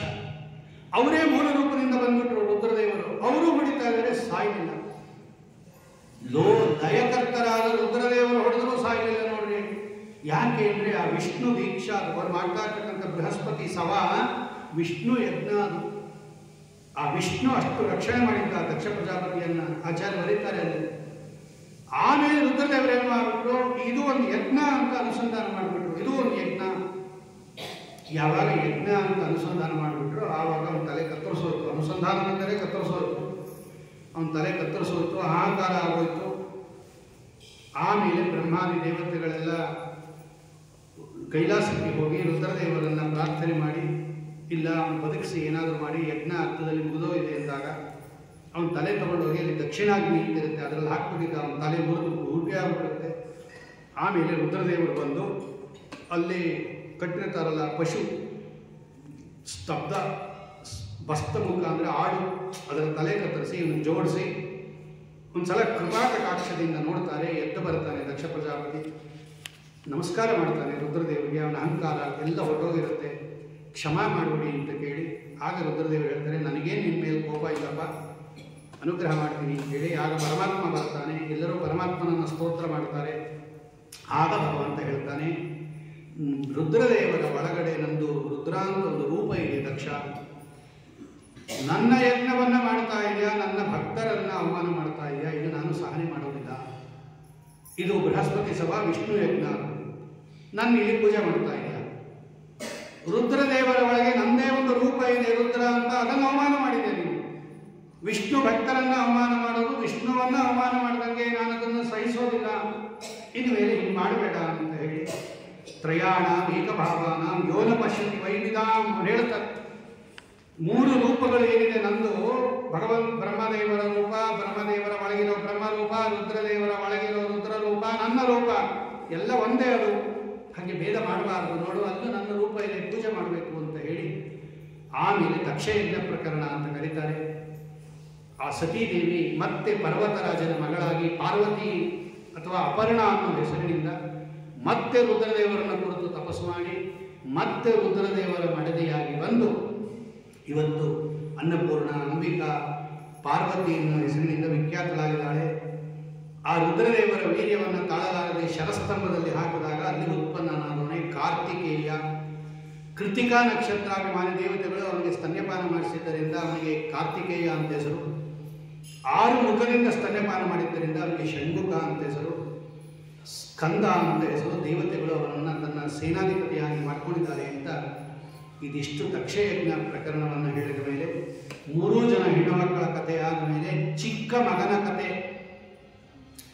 ಉತ್ತಾನಪಾದ ರಾಜ, ಯದ್ಯಪಿ ಮೊದಲು ದೊಡ್ಡದು ಹೇಳಬೇಕಾಗಿತ್ತು, ಆದರೆ ಸೂಚೀಕಟ ನ್ಯಾಯ ಅಂತ ಒಂದು ನ್ಯಾಯ, ಚಿಕ್ಕದಾಗಿರೋದು ಮೊದಲು ಹೇಳಿಬಿಟ್ಟು ಜಾಸ್ತಿ ಇರೋದು ಆಮೇಲೆ ಹೇಳ್ತಾರೆ, ಅದೊಂದು ವ್ಯವಸ್ಥೆ. ಇವನ ವಂಶ ತುಂಬ ಚಿಕ್ಕದಾಗಿರೋದ್ರಿಂದ ಉತ್ತಮವಾಗಿ ಉತ್ತಾನಪಾದ ರಾಜನ ವಂಶ ಮೊದಲು ಇವನನ್ನು ಹೇಳಿಬಿಟ್ಟು ಆಮೇಲೆ ಮುಂದೆ ಪ್ರಿಯವ್ರತ ರಾಜರ ವಂಶವನ್ನು ಪಂಚಮಸ್ಕಂದದಲ್ಲಿ ಹೇಳ್ತಾರೆ. ಜಾಯೇ ಉತ್ತಾನಪಾದಸ್ಯ ಸುನೀತಿ ಸುರುಚಿಸ್ತಯೋ ಸುರುಚಿ ಪ್ರೇಯಸಿ ಪತ್ನ್ಯು ನೇತರಾಯಚ್ಯುತೋ ಧ್ರುವಃ. ಈ ಉತ್ತಾನಪಾದ ರಾಜನಿಗೆ 2 ಹೆಂಡತಿಯರು, ಸುನೀತಿ, ಸುರುಚಿ. ಇವನಿಗೆ ಸುರುಚಿ ಮೇಲೆ ಬಹಳ ಪ್ರೀತಿ, ಅಷ್ಟೊಂದು ಪ್ರೀತಿ ಇಲ್ಲ ದೊಡ್ಡ ಹೆಂಡತಿ ಮೇಲೆ. ಉತ್ತಮ ಅಂತಕ್ಕಂಥವನು ಸುರುಚಿಯ ಮಗ, ಧ್ರುವ ಅಂತಕ್ಕಂಥವನು ಸುನೀತಿಯ ಮಗ. ಒಂದು ದಿವಸ ಇವನು ಸಿಂಹಾಸನದಲ್ಲಿ ಕೂತಿದ್ದ, ತೊಡೆ ಮೇಲೆ ಉತ್ತಮನನ್ನು ಕೂಡಿಸ್ಕೊಂಡಿದ್ದ, ಸುರುಚಿಯ ಮಗನನ್ನು. ಧ್ರುವನು ಓಡ್ ಬಂದ, ನಾನು ತೊಡೆ ಮೇಲೆ ಕೂತ್ಕೋಬೇಕು ಅಂತ. ಇವನಿಗೇನೋ ಆಸೆ ಇತ್ತು, ಆದರೆ ಪಕ್ಕದಲ್ಲಿ ಹೆಂಡತಿ ನಿಂತಿದ್ಲು ಅವಳು ಸುರುಚಿ, ಅವಳಿಗೆಲ್ಲಿ ಬೇಜಾರಾಗುತ್ತೋ ಅಂತ ಈ ಧ್ರುವನನ್ನು ಕೂಡಿಸ್ಕೊಳ್ಳಿಲ್ಲ ಉತ್ತಮ, ಈ ಉತ್ತಾನಪಾದ. ಅವಳು ಹೇಳಿದ್ರು, ನವತ್ಸದಸೆ ನೃಪತೆ ದೃಷ್ಟೆಂಬವಾನಾರೂಢಮರ್ಹತಿ. ಕೂಸು, ನಿಮ್ಮ ತಂದೆ ತೊಡೆ ಹತ್ತೋಂಗಿಲ್ಲ ನೀನು, ಯಾಕೆಂದ್ರೆ ನನ್ನ ಉದರದಲ್ಲಿ ಜನ್ಮ ತಾಳಿಲ್ಲ ನೀನು ಚಿಕ್ಕ ಹುಡುಗ, ನಿಮಗೆ ಇದೆಲ್ಲ ಗೊತ್ತಾಗಲ್ಲ. ಒಂದು ಕೆಲಸ ಮಾಡು, ನಿಮ್ಮ ತಂದೆ ತೊಡೆಯನ್ನು ನೀನು ಕೂತ್ಕೋಬೇಕು ಅಂದರೆ ಸೀದಾ ಕಾಡು ಹೋಗು, ಭಗವಂತನನ್ನು ಆರಾಧನೆ ಮಾಡು, ಭಗವಂತ ಪ್ರತ್ಯಕ್ಷನಾಗ್ತಾನೆ. ನನ್ನ ಉದರದಲ್ಲಿ ಹುಟ್ಟಬೇಕು ಅಂತ ಕೇಳ್ಕೊ, ಸುರುಚಿ ಉದರದಲ್ಲಿ ಹುಟ್ಟಿಸು ಅಂತ. ಆಮೇಲೆ ನನ್ನ ಉದರದಲ್ಲಿ ಹುಟ್ಟುವ, ಆಮೇಲೆ ನೀನು ಕೂತ್ಕೋ ತೊಡೆ ಮೇಲೆ. ಎಷ್ಟು ಬೈದ್ಬಿಟ್ಲು. 5 ವರ್ಷದ ಕೂಸು ಧ್ರುವ, ಅವನಿಗೆ ಏನು ಗೊತ್ತಾಗುತ್ತೆ ಪಾಪ, ಅಳುತ್ತಾ ಬಂತದು. ಅಮ್ಮ ತೊಡೆ ಮೇಲೆ ಕೂಡಿಸ್ಕೊಂಡು ಮುದ್ದಾಡ್ದು. ಸುನೀತಿ ಏನು ಅಂತ ಕೇಳಿದಳು, ಎಲ್ಲ ಹೇಳ್ತು. ಆಗ ಸುನೀತಿ ಹೇಳ್ತಾಳೆ, ಮಾಮಂಗಲಂ ತಾತ ಪರೇಶು ಮಂಸ್ತ ಭುಕ್ತೇ ಜನೋ ಯತ್ ಪರ ದುಃಖದಸ್ತತು. ಎಂತ ಮಾತಾಡ್ತಾಳೆ ಅವಳು ನೋಡಪ್ಪ. ಯಾವತ್ತೂ ಇನ್ನೊಬ್ಬರಿಗೆ ಅಮಂಗಳ ಆಗಲಿ ಅಂತ ಬಯಸಬಾರ್ದು, ಇನ್ನೊಬ್ಬರಿಗೆ ಕೆಟ್ಟದಾಗಲಿ ಅಂತ ಬಯಸಬಾರ್ದು. ನಮಗೇ ಆಗತ್ತೆ ಮೊದಲದು. ಹೌದು, ನಿಮ್ಮ ತಾಯಿ ಸುರುಚಿ ಹೇಳಿದ್ದು ನಿಜ. ನಿಮ್ಮಪ್ಪ ನನ್ನನ್ನು ಹೆಂಡತಿ ಅಂತ ಹೇಳ್ಕೊಳ್ಳೋಕ್ಕೆ ನಾಚಿಕೆ ಪಡ್ತಾರೆ, ನನ್ನನ್ನು ಬೇರೆ ಇಟ್ಬಿಟ್ಟಿದ್ದಾರೆ. ನಂತಹ ನನ್ನ ಹಾಲು ಕುಡಿದು ಬೆಳೆದವನು ನೀನು, ನಿನ್ನೆಲ್ಲಿ ಕೂಡಿಸ್ಕೋತಾರೆ? ಒಂದು ಕೆಲಸ ಮಾಡು, ನಿಂಗೇನಾದರೂ ಸಿಂಹಾಸನ ಬೇಕಾದರೆ ಆರಾಧಯ ಅಧೋಕ್ಷಜ ಪಾದಪದ್ಮಂ, ಭಗವಂತನ ಪಾದಗಳನ್ನು ಆರಾಧನೆ ಮಾಡು. ನಿಮ್ಮ ಸುರುಚಿ ಹೇಳಿದ್ದು ಸರಿ, ಆಜ್ಞೆ ಅಂತ ತಗೋ ಅಂತ ಹೇಳಿ ನಮಸ್ಕಾರ ಮಾಡಿ ಹೊರಟೇ ಬಿಟ್ಟರು ಧ್ರುವರಾಜರು ಕಾಡಿಗೆ. ನಾರದರು ಬಂದರು ದಾರಿಲಿ. ಈ ಕೂಸಿಗೆ ಗುರುಪದೇಶ ಆಗಿಲ್ಲ, ಗುರುಪದೇಶ ಇಲ್ಲದೆ ಇರೋ ಮಂತ್ರ ಫಲಿಸಲ್ಲ, ನಾನು ಉಪದೇಶ ಮಾಡಬೇಕು ಅಂತ ಹೇಳಿ ಅವನನ್ನು ಚೆನ್ನಾಗಿ ಪರೀಕ್ಷೆ ಮಾಡಿ ಆಮೇಲೆ ಹೇಳ್ತಾರೆ, ಧ್ರುವ ಒಂದು ಕೆಲಸ ಮಾಡು, ಸೀದಾ ನೀನು ಮಧುವನ ಅಂತ ಇದೆ, ಇವತ್ತು ಮಧುರಾಪಟ್ಟಣ ಇದೆಯಲ್ಲ, ಅದು ಹಿಂದೆ ಮಧುವನ ಅಂತ ಆಗಿತ್ತು ಕಾಡದು. ಆಮೇಲೆ ಅದು ಮಧುರಾಪಟ್ಟಣ ನಿರ್ಮಾಣ ಆಗಿದ್ದು. ಆ ಮಧುರ ಏನಿದೆ ಅಲ್ಲಿ ಮಧುವನ ಅಂತ, ಅಲ್ಲಿ ಹೋಗು. ಯಮುನಾ ನದಿ ಇದೆ, ಅಲ್ಲಿ ಸ್ನಾನ ಮಾಡು, ಒಂದು ಕಡೆ ಕೂತ್ಕೋ, ಪ್ರಾಣಾಯಾಮ ಮಾಡು. ಹೀಗೆ ಆ ಭಗವಂತನ ರೂಪ ಹೇಳ್ತೀನಿ ಕೇಳು. ತರುಣಂ ರಮಣೀಯಾಂಗಂ ಅರುಣಾಂಬುರುಹೇಕ್ಷಣಂ ಪ್ರಣತಾಶ್ರಯಣಂ ಕೃಷ್ಣಂ ಶರಣ್ಯಂ ಕರುಣಾನವಂ. ನೋಡಿ, ಹಿಂಗಿದ್ದಾನೆ ಭಗವಂತ, ತರುಣನಾಗಿದ್ದಾನೆ, ಒಳ್ಳೆ ಕೋಮಲವಾದ ಅಂಗ ಇದೆ, ಶ್ರೀವತ್ಸ ಇದೆ, ಶಂಖಚಕ್ರ ಗದ ಇದೆ, ಕಿರೀಟ ಕುಂಡಲ ಇದೆ, ಕೇಯೂರಾದಿಗಳಿದೆ, ಕೌಸ್ತುಭ ರತ್ನ ಹಾಕೊಂಡಿದ್ದಾನೆ, ಕಾಂಚಿ ಮೇಖಲಾದಿಗಳಿದೆ. ನೋಡಿ, ಇಂಥ ಭಗವಂತನನ್ನು ಆರಾಧನೆ ಮಾಡು. ಓಂ ನಮೋ ಭಗವತೆ ವಾಸುದೇವಾಯ ಈ ಮಂತ್ರ ಉಪದೇಶ ಮಾಡಿದ್ರು. ನಾರದರಿಗೆ ನಮಸ್ಕಾರ ಮಾಡಿ ಕೂಸು ಹೊರಟೇ ಬಿಡ್ತು. ಬಂತು, ಯಮುನಾ ನದಿಗೆ ಬಂದರು ಧ್ರುವರಾಜರು, ಸ್ನಾನ ಮಾಡಿದ್ರು, ಒಂದು ಕಡೆ ಕೂತ್ಕೊಂಡ್ರು. ತ್ರಿರಾತ್ರಾಂತೆ ತಿರಾತ್ರಾಂತೆ ಕಪಿತ್ತ ಪದರಾಶನ. 3 ದಿವಸಕ್ಕೊಂದ್ಸಲ ಹೇಳೋದಂತೆ ಅವರು. ಮೊದಲು 1 ತಿಂಗಳು 3 ದಿವಸಕ್ಕೊಂದ್ಸಲ ಹೇಳೋದು. ಆ ಕಪಿತ್ತ ಅಂದರೆ ಬೇಲ್ದಣ್ಣು ಬದರಿ ಹಣ್ಣು ತಿನ್ನೋದು. ಇನ್ನು 3 ದಿವಸ ಹೇಳ್ತಾನೆ ಇಲ್ಲಿರುವಂತೆ ಅವರು ಮಹಾನುಭಾವರು. ಇದು 1 ತಿಂಗಳು. 2ನೇ ತಿಂಗಳಲ್ಲಿ 6 ದಿವಸಕ್ಕೊಂದ್ಸಲ ಹೇಳೋದಂತೆ. ತೃಣಪರ್ಣಾದಿವಿ, ಬರೀ ಎಲೆ ಹುಲ್ಲು ತಿನ್ನೋದು, ಅದು ಏನು ಅದಾಗದೆ ಬಿದ್ದಿರತಕ್ಕಂಥದ್ದು. 3ನೇ ತಿಂಗಳಲ್ಲಿ 9 ದಿವಸಕ್ಕೊಂದ್ಸಲ ಹೇಳೋರಂತೆ. ನೀರು ಕೊಡ್ಬಿಡಿ ಅವರಿಗೆ, ಅಭಕ್ಷ ಮತ್ತೆ ಸಮಾಧಿ ತಪಸ್ಸು. 4ನೇ ತಿಂಗಳಲ್ಲಿ 12 ದಿವಸಕ್ಕೊಂದ್ಸಲ ಹೇಳೋರಂತೆ. ಬರೀ ಒಂದ್ಸಲ ಗಾಳಿ ಕುಡಿಯೋರಂತೆ ಅವರು, ವಾಯುಭಕ್ಷ. 5ನೇ ತಿಂಗಳಾದ್ಮೇಲೆ ಉಸಿರಾಟನೂ ನಿಲ್ಲಿಸ್ಬಿಟ್ರಂತೆ ಪ್ರಾಣಾಯಾಮ ಮಾಡಿ. ಒಂದೇ ಕಾಲಿನಿಂದ ತಪಸ್ಸು ಮಾಡಕ್ಕೆ ಶುರು ಮಾಡಿದ್ರು. ತಪಸ್ಸಿನ ಜ್ವಾಲೆ ಮೇಲೆಲ್ಲ ಹೊರಟೋಯ್ತು, ದೇವಲೋಕಕ್ಕೆಲ್ಲ ಹೊರಟೋಯ್ತು. ದೇವತೆಗಳೆಲ್ಲ ಕೇಳಿದ್ರು, ಸ್ವಾಮಿ ಇವರ ತಪಸ್ಸನ್ನು ನಾವು ತಡೆಯಕ್ಕಾಗಲ್ಲ. ನೈವಂ ವಿಧಾಮ ಭಗವನ್ ಪ್ರಾಣರೋಧಂ ಚರಾಚರಸ್ಯ ಅಖಿಲ ಸತ್ವದಂ ವಿದೇಹಿ ತನ್ನೋ ವ್ರಜನಾಗ್ನಿ ಮೋಕ್ಷಂ ಪ್ರಾಪ್ತ ವಯಂ ತ್ವಾಂ ಶರಣಂ ಶರಣ್ಯಂ. ಈ ಕೂಸಿನ ತಪಸ್ಸನ್ನು ತಡೆಯಕ್ಕಾಗ್ತಾ ಇಲ್ಲ, ಶ್ವಾಸೋಚ್ಛ್ವಾಸ ಮಾಡೋಕ್ಕಾಗ್ತಾ ಇಲ್ಲ, ಅನುಗ್ರಹ ಮಾಡುವಂದ್ರು. ಆಗ ಭಗವಂತ ಏನು ಯೋಚನೆ ಮಾಡಬೇಡ್ರಿ ಅಂತ ಹೇಳಿ ಅದೇ ವಾಸುದೇವ ರೂಪವನ್ನು ಸ್ವೀಕಾರ ಮಾಡಿ ಧ್ರುವರಾಜನ ಮುಂದೆ ಬಂದು ನಿಂತ್ಕೊಂಡ. ಕಂಡುಬಿಟ್ಟು ನೋಡಲೇ ಇಲ್ಲ. ಒಳಗಡೆ ಧ್ಯಾನ ಮಾಡ್ತಾ ಕೂತ್ಬಿಟ್ಟಾರೆ. ಒಳಗಡೆ ಇರೋ ರೂಪ ಮರೆ ಮಾಡಿಬಿಟ್ಟ ಭಗವಂತ. ಯಾವಾಗ ರೂಪ ಮರೆ ಆಗೋಯ್ತೋ ಗಾಬರಿಯಾಗಿ ಕಂಡುಬಿಡ್ತಾರೆ. ಎದುರುಗಡೆ ಅದೇ ರೂಪ ನಿಂತಿದೆ. ನಮಸ್ಕಾರ ಮಾಡಿದ್ರು ಧ್ರುವರಾಜರು. ಸ್ತೋತ್ರ ಮಾಡಬೇಕು ಅಂತ ಹೋಗ್ತಾರೆ, ಅವ್ರಿಗೆ ಮಾತೇ ಹೊರಡ್ತಾ ಇಲ್ಲ. ಕೃತಾಂಜಲಿಂ ಬ್ರಹ್ಮಮಯೇನ ಕಂಬುನ ಪಸ್ಪರ್ಶ ಬಾಲಂ ಕೃಪಯಾ ಕಪೋಲೆ. ಆಗ ಭಗವಂತ ನೋಡಿ ಈ ಕೂಸು ಸ್ತೋತ್ರ ಮಾಡಬೇಕು ಅಂತ ಇದೆ, ಏನು ಹೊರಡ್ತಾ ಇಲ್ಲ ಅಂತೇಳಿ ಕರುಣೆಯಿಂದ ತನ್ನ ಕೈಯಲ್ಲಿರ್ತಕ್ಕಂತಹ ಶಂಖದಿಂದ ಆ ಕಪೋಲಕ್ಕೆ ಸ್ಪರ್ಶ ಮಾಡ್ತಾ ಇದ್ದಾನೆ. ಆಗ ಅವರು ಒಳ್ಳೆ ಜ್ಞಾನೋದಯ ಆಗೋದು. ಯೋಂತ ಪ್ರವಿಶ್ಯ ಮಮ ವಾಚಮಿಮಾಂ ಪ್ರಸುಪ್ತಾಂ ಸಜೀವಯತ್ಯ ಕಿಲ ಶಕ್ತಿಧರ ಸ್ವಧಾಮ್ನ ಅನ್ಯಾಂಶ್ಚ ಹಸ್ತಚರಣ ಶ್ರವಣತ್ವಗಾದೀನ್ ಪ್ರಾಣಾನ್ ನಮೋ ಭಗವತೆ ಪುರುಷಾಯ ತುಭ್ಯಂ. ಯಾರು ಒಳಗಡೆ ಪ್ರವೇಶ ಮಾಡಿ ಯೋ ಅಂತ ಪ್ರವಿಶ್ಯ ಮಮ ವಾಚಮಿಮಾಂ ಪ್ರಸುಪ್ತಾಂ, ಮಲಗಿರ್ತಕ್ಕಂಥ ಕೆಲಸ ಮಾಡದೇ ಇರ್ತಕ್ಕಂಥ ನನ್ನ ವಾಗೀಂದ್ರಿಯನ್ನ ಯಾರು ಒಳಗಡೆ ಹೋಗಿ ಪ್ರೇರಣೆ ಮಾಡ್ತಾನೆ, ಸಂಜೀವಯತಿ ಅಖಿಲ ಶಕ್ತಿಧರ ಸ್ವಧಾಮ್ನ, ತನ್ನ ಸ್ವರೂಪಭೂತ ಮಹಿಮೆಯಿಂದ ಯಾರು ಸಕಲ ಜೀವರಾಶಿಗಳ ಒಳಗಡೆ ಪ್ರವೇಶ ಮಾಡಿ ಸರ್ವ ಇಂದ್ರಿಯವನ್ನ ಹಸ್ತ ಚರಣ ಶ್ರವಣ ತ್ವಗಾದೀನು, ಕೈ ಕಾಲು ಚರ್ಮ ತ್ವಗೇಂದ್ರಿಯ ಕಿವಿ ಎಲ್ಲವನ್ನ ಚೇಷ್ಟೆ ಮಾಡುತ್ತಾನೆ. ಅಂತಹ ಸರ್ವ ಇಂದ್ರಿಯ ಪ್ರೇರಕನಾದ ಭಗವಂತನಿಗೆ ನಮಸ್ಕಾರ. ಬೇಕಾದಷ್ಟು ಸ್ತೋತ್ರ ಮಾಡುತ್ತಾರೆ. ಭಗವಂತ ಕೇಳ್ತಾನೆ, ನಿನ್ನ ಸ್ತೋತ್ರದಿಂದ ಬಹಳ ಪ್ರೀತನಾಗಿದ್ದೀನಿ, ವರ ಕೇಳು ನಾನೇ ಕೊಡ್ತೀನಿ ಅಂತ ಹೇಳಿಬಿಟ್ಟು, ನೋಡು ಒಂದು ಕೆಲಸ ಮಾಡು, 36,000 ವರ್ಷಗಳ ಕಾಲ ರಾಜ್ಯಭಾರ ಮಾಡ್ತೀಯ, ನೀನು ನಿಷ್ಕಂಟಕ ರಾಜ್ಯಭಾರ ಮಾಡ್ತೀಯ. ಆಮೇಲೆ ನನ್ನ ಲೋಕ ಇದೆ, ಅಲ್ಲಿ ಎಲ್ಲಿ ಉತ್ಕೃಷ್ಟವಾದ ನಕ್ಷತ್ರ ಇದೆ, ಧ್ರುವ ನಕ್ಷತ್ರ ಎಲ್ಲಿರೋದು ಅಂದರೆ ಶಿಂಶುಮಾರ ಲೋಕ. ಭಗವಂತ ಶಿಂಶುಮಾರ ರೂಪದಿಂದ ಇದ್ದಾನೆ, ಅಲ್ಲೇ ಇರೋದು ಗ್ರಹ ನಕ್ಷತ್ರ, ಅದು ಧ್ರುವ. ಅದನ್ನೆಲ್ಲ ಪ್ರದಕ್ಷಿಣೆ ಹಾಕತ್ತೆ. ಮೇಢ್ಯಾಂಬೋ ಚಕ್ರವತ್, ಎಲ್ಲ ನಕ್ಷತ್ರಗಳು, ಎಲ್ಲ ಗ್ರಹಗಳು, ತಾರೆಗಳು, ಜ್ಯೋತಿಷ್ ಚಕ್ರಗಳು ಎಲ್ಲ ಪ್ರದಕ್ಷಿಣೆ ಮಾಡುತ್ತೆ. ನೀನು ಅಲ್ಲೇ ಇರ್ತೀಯ, ಅಂತಹ ಒಳ್ಳೆ ನಿಮಗೆ ಸ್ಥಾನವನ್ನು ಕೊಟ್ಬಿಡ್ತೀನಿ ಅಂತ ನಮಸ್ಕಾರ ಮಾಡಿ ಹೊರಟೋದ ಭಗವಂತ ಅಂತರ್ಧಾನನಾದ. ಆಮೇಲೆ ಗೊತ್ತಾಯಿತು, ಈ ಉತ್ತಾನಪಾದರಾಜನಿಗೆ ನನ್ನ ಮಗ ಕಾಡು ಬಂದಿದ್ದಾನೆ ಅಂತ ಹೇಳಿ ತಪಸ್ಸು ಮಾಡಿ ಭಗವಂತನನ್ನು ಪ್ರತ್ಯಕ್ಷ ತರಿಸ್ಕೊಂಡ್ಬಂದಿದ್ದಾನೆ ಅಂತ ಹೇಳಿ ಆನೆ ಮೇಲೆ ಕೂಡಿಸ್ಕೊಂಡು ಕರಿಣೀಂ ಆರೋಪ್ಯ, ಭಾಗವತದಲ್ಲಿ ಹೆಣ್ಣಾನೆ ಮೇಲೆ ಕೂಡಿಸ್ಕೊಂಡು ಬಂದ ಅಂತಲೇ ಇದೆ. ಆರೋಪ್ಯ ಕರಿಣೀಂ ಹೃಷ್ಟೈ, ಬಹಳ ಸುಂದರವಾಗಿರ್ತಕ್ಕಂತಹ ರೀತಿಯಲ್ಲಿ ಹೆಣ್ಣಾನೆ ಮೇಲೆ ಕೂಡಿಸ್ಕೊಂಡು ಬಂದ ಅಂತಿದೆ. ಆಚಾರ್ಯರು ಅದಕ್ಕೂ ಬರ್ರಿ ಅದು ನಿರ್ಣಯ. ಯಾವ ಆನೆ ಮೇಲೆ ಕೂಡಿಸ್ಕೊಂಡು ಬಂದ್ರೆ ಏನು, ಹೆಣ್ಣಾದ್ರೆ ಏನು, ಗಂಡಾದ್ರೆ ಏನು ಅಂತ ಕೇಳಬೇಡ್ರಿ. ಆರೋಪ್ಯ ಕರಿಣೀಂ ಹೃಷ್ಟ, ಕರಿಣಿ ಅಂದರೆ ಹೆಣ್ಣಾನೆ. ಅವ್ರು ಬರೀತಾರೆ, ಅವರು ನೋಡಿ, ರಾಜಮನೆತನದಲ್ಲಿ ರಾಜರ ಅರಮನೆಗಳಲ್ಲಿ ಸಣ್ಣ ಮಕ್ಕಳಿಗೆ ಉತ್ಸವ ಮಾಡುವಾಗ ಅದು ಗಂಡು ಮಗು ಆಗಿದ್ರೆ ಹೆಣ್ಣಾನೆ ಮೇಲೆ ಕೂಡಿಸಿ ಮೆರವಣಿಗೆ ಮಾಡಬೇಕು, ಹೆಣ್ಣು ಮಗು ಆಗಿದ್ರೆ ಗಂಡಾನೆ ಮೇಲೆ ಕೂಡಿಸಿ ಮೆರವಣಿಗೆ ಮಾಡಬೇಕು. ಅದು ಅದಕ್ಕೆ ಆಯಸ್ಸು ಅಭಿವೃದ್ಧಿ ಆಗುತ್ತೆ ಅಂತಿದೆ. ಇವನು ಗಂಡಾದ್ದರಿಂದ ಹೆಣ್ಣಾನೆ ಮೇಲೆ ಕೂಡಿಸಿ ಮೆರವಣಿಗೆ ಮಾಡ್ದ ಅಂತ ಶ್ರೀಮದಾಚಾರ್ಯರು ಬರೀತಾರೆ. ಬೇಕಾದಷ್ಟು ಅಲಂಕಾರ ಮಾಡಿ ಕರೀತಾನೆ. ಸುರುಚಿ ಕೂಡ ಬಾಚಿ ತಬ್ಕೊಂಡ್ಬಿಡ್ತಾಳಂತೆ. ಇವನೇನು ಮಾಡ್ತಾನೆ ಅಂದರೆ ತಂದೆಗೆ ನಮಸ್ಕಾರ ಮಾಡಿ, ತಾಯಿಗೆ ನಮಸ್ಕಾರ ಮಾಡಿ, ಇಬ್ಬರಿಗೂ ನಮಸ್ಕಾರ ಮಾಡ್ತಾರಂತೆ ಧ್ರುವ. ಸುನೀತಿಗೂ ಮಾಡ್ದ, ಸುರುಚಿಗೂ ಮಾಡ್ದ. ಸುರುಚಿ ಕಣ್ಣಲ್ಲಿ ಆನಂದ ಬಾಷ್ಪ ಸುರಿಸ್ತಾ ಆಲಿಂಗನ ಮಾಡಿಕೊಂಡ್ಬಿಡುತ್ತೆ. ಪರಿಶ್ವಚ್ಚ ಜೀವೇ ಬಾಷ್ಪ ಗದ್ಗದೆಯಾಗಿಲ್ಲ, ಚಿರಂಜೀವಿಯಾಗಿ ಬಾಳು ಅಂತ ಹೇಳಿ ಆಲಿಂಗನ ಮಾಡಿಕೊಂಡು, ನೋಡಿ 6 ತಿಂಗಳ ಹಿಂದೆ ಇದೇ ಸುರುಚಿ ಬೈದು ಕಳಿಸಿದ್ಲು, ಈಗ ಅದೇ ಸುರುಚಿ ಆಲಿಂಗನ ಮಾಡ್ಕೊತಾ ಇದ್ದಾಳೆ. ಯಾಕೆ ಅಂದರೆ ಆಗ ಭಗವಂತನ ದರ್ಶನ ಆಗಿರಲಿಲ್ಲ, ಈಗ ಭಗವಂತನ ಅನುಗ್ರಹ ಆಗೋಯಿತು. ಯಸ್ಯ ಪ್ರಸನ್ನ ಭಗವಾನ್ ಗುಣೈಹಿ ಮೈತ್ರಾದಿಮಿರ ಹರಿಹಿ, ಯಾರಿಗೆ ಭಗವಂತ ಒಲಿಯುತ್ತಾನೆ ಎಲ್ಲ ಜನರು ಅವನ ಪಾದಕ್ಕೆ ಬೀಳುತ್ತಾರೆ.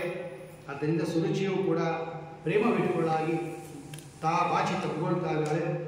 ಆಮೇಲೆ ಒಂದು ದಿವಸ ಬೇಟೆ ಹೊರಟೋದ ಇವನು, ಯಾರು ಈ ಉತ್ತಮ ಯಕ್ಷ ಒಬ್ಬ ಸಂಹಾರ ಮಾಡಿಬಿಟ್ಟ ಅವನನ್ನು. ಮಗನನ್ನು ಹುಡುಕೊಂಡು ಹೋದು, ಸುರುಚಿಯು ಕಾಡಿಗಿಚ್ಚಿಗೆ ಸಿಕ್ಕಾಕೊಂಡು ಅವಳು ಸತ್ತೋದು. ಇವರ ಅಪ್ಪ ಅಮ್ಮ ಸುನೀತಿ ಮತ್ತು ಉತ್ತಾನಪಾದ ಧ್ರುವನನ್ನ ಸಿಂಹಾಸನದಲ್ಲಿ ಕೂರಿಸಿ ರಾಜ್ಯಭಾರ ಮಾಡಿಸಿ ಅವರು ಹೊರಟೋದು. ಹೀಗೆ ನಿಷ್ಕಂಟಕವಾಗಿ 36,000 ವರ್ಷಗಳ ಕಾಲ ರಾಜ್ಯಭಾರವನ್ನು ಮಾಡಿ ಇವತ್ತೂ ಕೂಡ ಉತ್ಕೃಷ್ಟವಾಗಿರ್ತಕ್ಕಂಥ ಇಳಾ ಮತ್ತು ಭ್ರಮಿ ಅಂತ ಇಬ್ಬರು ಹೆಂಡತಿಯರು, ವಾಯುದೇವರ ಮಗಳು ಒಬ್ಬಳು, ಶಿಂಶುಮಾರ ರೂಪಿ ಪರಮಾತ್ಮನ ಮಗಳು ಒಬ್ಬಳು, ಇಬ್ಬರನ್ನ ಲಗ್ನ ಮಾಡಿಕೊಂಡು ಕಲ್ಪ ವತ್ಸರ ಉತ್ತಮ ಅಂತಕ್ಕಂಥ ಮಕ್ಕಳನ್ನು ಪಡೆದು 36,000 ವರ್ಷಗಳ ಕಾಲ ರಾಜ್ಯಭಾರವನ್ನು ಮಾಡಿ ಇವತ್ತೂ ಕೂಡ ಧ್ರುವ ನಕ್ಷತ್ರ ಅಂತ ಹೇಳಿ ಶಿಂಶುಮಾರ ಮೂರ್ತಿ ಪರಮಾತ್ಮನಿಂದ ಅಧಿಷ್ಠಿತವಾಗಿರತಕ್ಕಂತಹ ಆ ಲೋಕದಲ್ಲಿ ಭಗವಂತ ಇದ್ದಾರೆ ಧ್ರುವರಾಜರು ಅಂತ ಅವರ ಕಥಾವನ್ನು ಹೇಳಿ, ಅವರ ವಂಶದಲ್ಲಿ ಬಂದಿರತಕ್ಕಂಥವನೇ ಅಂಗ ಅಂತ ಒಬ್ಬ ರಾಜ ಬಂದ. ಅವನಿಗೆ ಮಕ್ಕಳಿರಲಿಲ್ಲ, ಯಜ್ಞ ಮಾಡಿದ. ಆದರೆ ಹಿಂದಿನ ಜನ್ಮದಲ್ಲಿ ಯಾವುದೋ ಮಕ್ಕಳನ್ನು ಸಂಹಾರ ಮಾಡಿಬಿಟ್ಟಿದ್ದ. ಆದ್ದರಿಂದ ಅವನಿಗೆ ಒಬ್ಬ ದುಷ್ಟ ಮಗ ಹುಟ್ಟುಬಿಟ್ಟ. ವೇನ ಅಂತ ಅವನ ಹೆಸರು, ಪೀಡೆ ಅಂತ ವೇನ ಅಂದರೆ ಅವನ ಹೆಸರಿಗೆ ತಕ್ಕಂತೆ ಇದ್ದ. ಎಲ್ಲ ಮಕ್ಕಳನ್ನು ಸಂಹಾರ ಮಾಡ್ತಾ ಇದ್ದ, ಎಲ್ಲರಿಗೂ ತೊಂದರೆ ಕೊಡ್ತಾ ಇದ್ದ.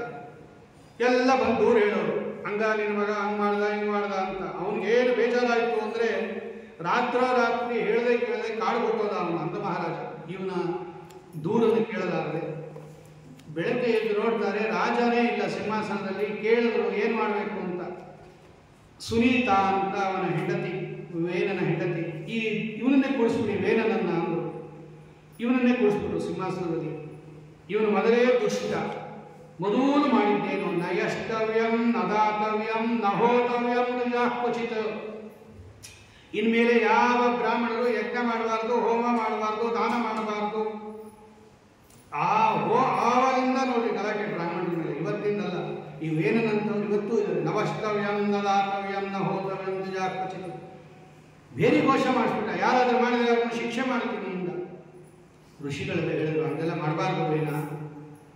ಯಾವ ರಾಜ್ಯದಲ್ಲಿ ಯಜ್ಞಯಾಗಾದಿಗಳು ನಡೆಯುತ್ತೆ ಅಲ್ಲಿ ಭಗವಂತ ಪ್ರೀತನಾಗ್ತಾನೆ, ಮಳೆ ಸುರಿಸ್ತಾನೆ, ಒಳ್ಳೆ ಸಮೃದ್ಧಿ ಆಗುತ್ತೆ, ಮಳೆ ಬರುತ್ತೆ, ಬೆಳೆ ಬರುತ್ತೆ, ಹಾಲು ಎಲ್ಲ ಆಗುತ್ತೆ. ಹಾಗೆಲ್ಲ ಮಾಡಬಾರ್ದು ಅಂದಾಗ ಕೋಪ ಬಂದ್ಬಿಡ್ತು ವೇನನಿಗೆ. ಏನು ನೀವೆಲ್ಲ ಹಿಂಗೆ ಮಾತಾಡ್ತೀರಾ? ನಾನಿದ್ದೀನಿ ರಾಜ, ನನ್ನೇ ಯಜ್ಞ ಪರಶುರಾಮಾಯತ್ರ ಋಷಿ, ನಾನೇ ರಾಜ, ನಾನೇ ವಿಷ್ಣು, ನಾನೇ ಶಿವ, ನಾನೇ ಇಂದ್ರ, ನಾನೇ ಎಲ್ಲ ನಾನೇ, ನನ್ನೇ ಪೂಜೆ ಮಾಡಿ, ಅದು ಬಿಟ್ಟು ಯಾರನ್ನು ಪೂಜೆ ಮಾಡ್ತೀರಾ ಅಂತ ಋಷಿಗಳಿಗೆಲ್ಲ ಕೋಪ ಬಂದ್ಬಿಟ್ಟು ಹತಮಚ್ಯುತ ನಿಂದೆ. ಅವರೊಂದ್ಸಲ ಹೋಮ್ ಅಂತ ಹೋಂಕಾರ ಮಾಡಿದ್ರು, ಸತ್ತೇ ಹೋದ ಅವನ ಮೇಲೆ. ಭಗವಂತನ ನಿಂದೆಯಿಂದ ಅವನು ಸತ್ತೋದ ಅಂತ ಆಚಾರ್ಯ ಬರೀತಾರೆ. ಅಚ್ಯುತ ನಿಂದಯ. ತಿರ್ಗಾ ಏನಾಗೋಯ್ತು, ಈ ಸಿಂಹಾಸನ ಖಾಲಿ ಆಗೋಯ್ತು. ಇವನು ಸತ್ತೋದ, ಅವನ ಅಪ್ಪ ಅಮ್ಮ ಕಾಡು ಕೊಟ್ಟೋದ. ಈ ಸುನೀತ ಏನು ಮಾಡಿದ್ರು ಅಂದರೆ, ಅವರ ತಾಯಿ ಆ ದೇಹವನ್ನು, ಅವರಿಗೆ ರಾಸಾಯನಿಕ ವಿದ್ಯೆ ಗೊತ್ತಿತ್ತು, ಆ ವೇನನ ದೇಹವನ್ನು ಹಾಗೇ ರಕ್ಷಣೆ ಮಾಡಿದ್ರು ತನ್ನ ವಿದ್ಯಾಬಲದಿಂದ. ಈ ಋಷಿಗಳೆಲ್ಲ ಆಚಾರವಂತ ಯೋಚನೆ ಮಾಡಿ ಅವನ 2 ತೊಡೆಗಳನ್ನು ಮಥನ ಮಾಡಿದ್ರು. ಆ ವೇನನ, ಸತ್ತ ವೇನನ 2 ತೊಡೆಗಳನ್ನು ಉಜ್ಜಿದ್ರು. ಒಬ್ಬ ಕಪ್ಪು ಇರತಕ್ಕಂತಹ ವ್ಯಕ್ತಿ ಬಂದ, ಕಾಕಕೃಷ್ಣ, ಹ್ರಸ್ವಾಂಗ, ಕುಳ್ಳಿಗಿದ್ದಾನೆ ಅವನು ಬಂದ.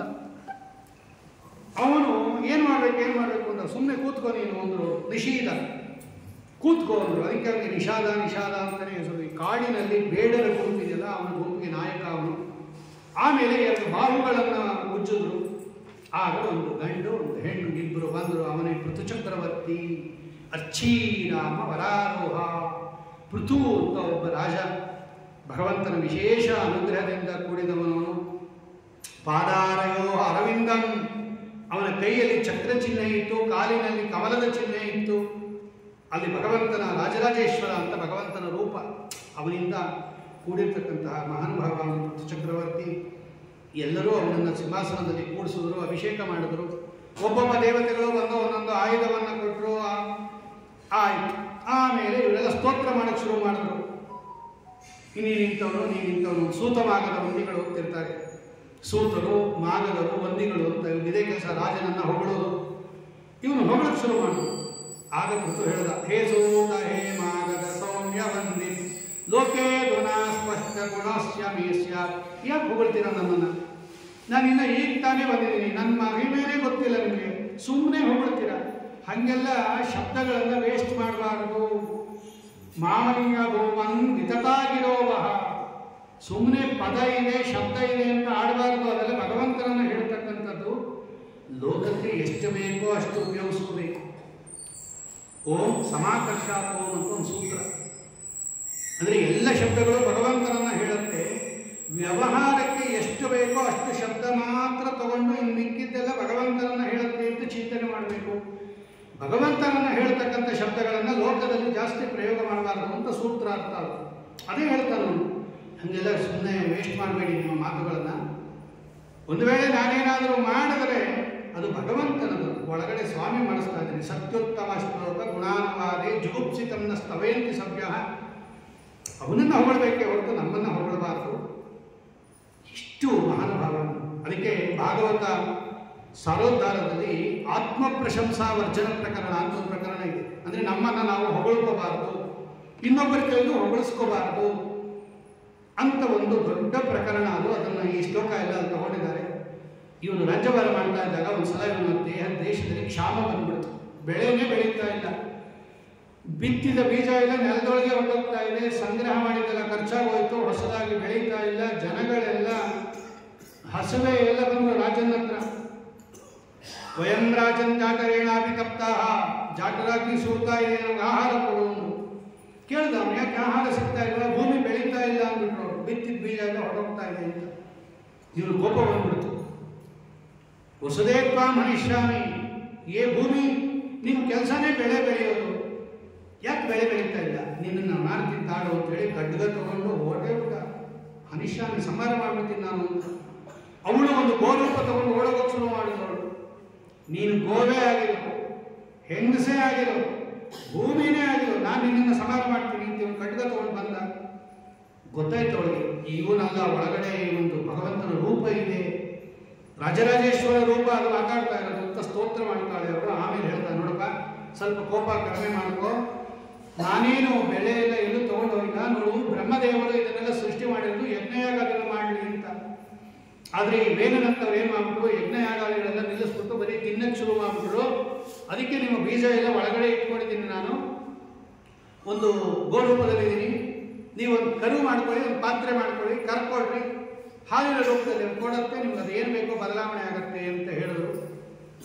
ತಾನು ಸ್ವಯಂಭೂವನ ಕರು ಮಾಡಿಕೊಂಡು ಈ ಪೃಥು ಚಕ್ರವರ್ತಿ ತನ್ನ ಕೈಯಲ್ಲಿ ಔಷಧಿಗಳನ್ನು ಅಂದರೆ ಬೀಜಗಳನ್ನೆಲ್ಲ ಕರ್ಕೊಂಡು ಆಮೇಲೆ ತನ್ನ ಧನಸ್ಸಿನ ತುದಿಯಿಂದ ಭೂಮಿಯನ್ನು ಸವರಿ ಎತ್ತರ ತಗ್ಗು ಇರತಕ್ಕಂಥ ಭೂಮಿಯನ್ನು ಹದ ಮಾಡಿ ಈ ಬೀಜವನ್ನು ಬಿತ್ತಿ ವ್ಯವಸಾಯ ಮಾಡಿ ಬೆಳೆ ಬೆಳೆದಿರ್ತಕ್ಕಂಥ ಮಹಾನುಭಾವ ಪೃಥು ಚಕ್ರವರ್ತಿ. ಇವನ ಕಥೆಯೆಲ್ಲ ಹರಿವಂಶದಲ್ಲಿ ಬಹಳ ವಿಸ್ತಾರವಾಗಿದೆ.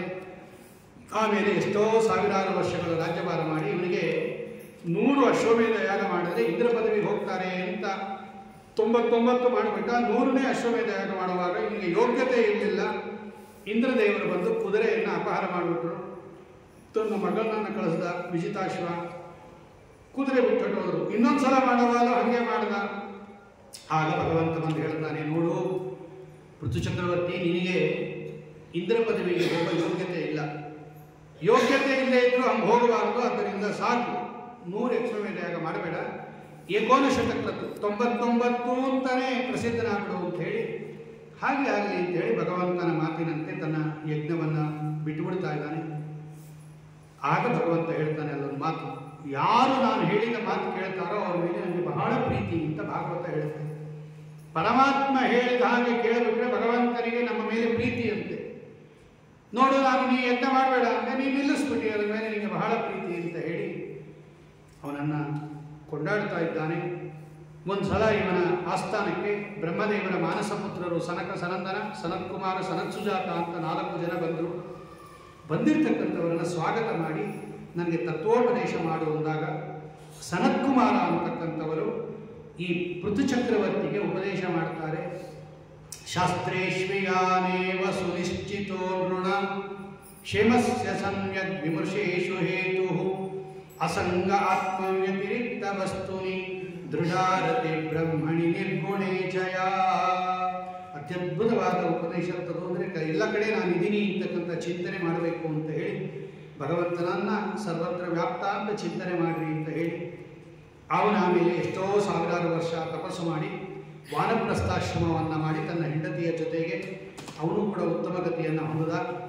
ಅವರ ವಂಶದಲ್ಲೇ ಬರಿಹಿಷ್ಮತ ಅಂತ ರಾಜ ಬಂದ. ಅವರಿಗೆ ಪ್ರಾಚೀನ ಬರಿಹಿ ಅಂತ ಹೆಸರು. ಪೂರ್ವ ದಿಕ್ಕಿಗೆ ದರ್ಬೆ ಹಾಕಿ ಹಾಕಿ ಹಾಕಿ ಯಜ್ಞ ಮಾಡ್ತಾ ಇದ್ದರಿಂದ ಅವನಿಗೆ ಪ್ರಾಚೀನ ಬರಿಹಿ ಅಂತ ಕರೀತಾರೆ. ಅವನ ಮಕ್ಕಳೇ 10 ಜನ ಪ್ರಚೇತಸರು ಅಂತ. ಎಲ್ಲರಿಗೂ ಪ್ರಚೇತಸರು ಅಂತಲೇ ಹೆಸರು, 10 ಜನಕ್ಕೂ ಪ್ರಚೇತಸರು ಅಂತಲೇ ಹೆಸರು, ಪ್ರಾಚೀನ ಬರಿಹಿ. ಅವರೆಲ್ಲ ತಪಸ್ಸು ಮಾಡ್ಕೊಂಡ್ಬರ್ತೀನಿ ಅಂತ ಹೋದರು. ಆ ತಪಸ್ಸು ಮಾಡ್ಕೊಂಡ್ಬರ್ತೀನಿ ಅಂತ ಹೋದಾಗ ರುದ್ರದೇವರು ಪ್ರತ್ಯಕ್ಷರಾದರು ಅವರಿಗೆ. ಆಗ ರುದ್ರದೇವರು ಹೇಳ್ತಾರೆ, ನೀವೆಲ್ಲ ಪ್ರಚೇತಸರು, ಪ್ರಾಚೀನ ಬರಿಹಿ ಮಕ್ಕಳು ನೀವೆಲ್ಲ, ನಿಮಗೆ ನಾನು ತತ್ವೋಪದೇಶ ಮಾಡ್ತೀನಿ ಅಂತ ಹೇಳಿ ಉತ್ಕೃಷ್ಟವಾಗಿರತಕ್ಕಂತಹ ತತ್ವೋಪದೇಶವನ್ನು ಮಾಡ್ತಾರೆ. ಇದಕ್ಕೆ ರುದ್ರಗೀತ ಅಂತ ಕರೀತಾರೆ, ಯೋಗೋಪದೇಶ ಅಂತ ಕರೀತಾರೆ. ಅತ್ಯದ್ಭುತವಾಗಿರ್ತಕ್ಕಂತಹ ಉಪದೇಶ ಅದು. ಅದರಲ್ಲೇ ಎಲ್ಲ ಬ್ರಹ್ಮಸೂತ್ರಗಳು ಅಡಗಿರ್ತಕ್ಕಂಥದ್ದು. ಅರ್ಥೋಯಂ ಬ್ರಹ್ಮಸೂತ್ರಾಣ, ಬ್ರಹ್ಮಸೂತ್ರಗಳ ಅರ್ಥ ಅದು ಶ್ರೀಮದ್ ಭಾಗವತ.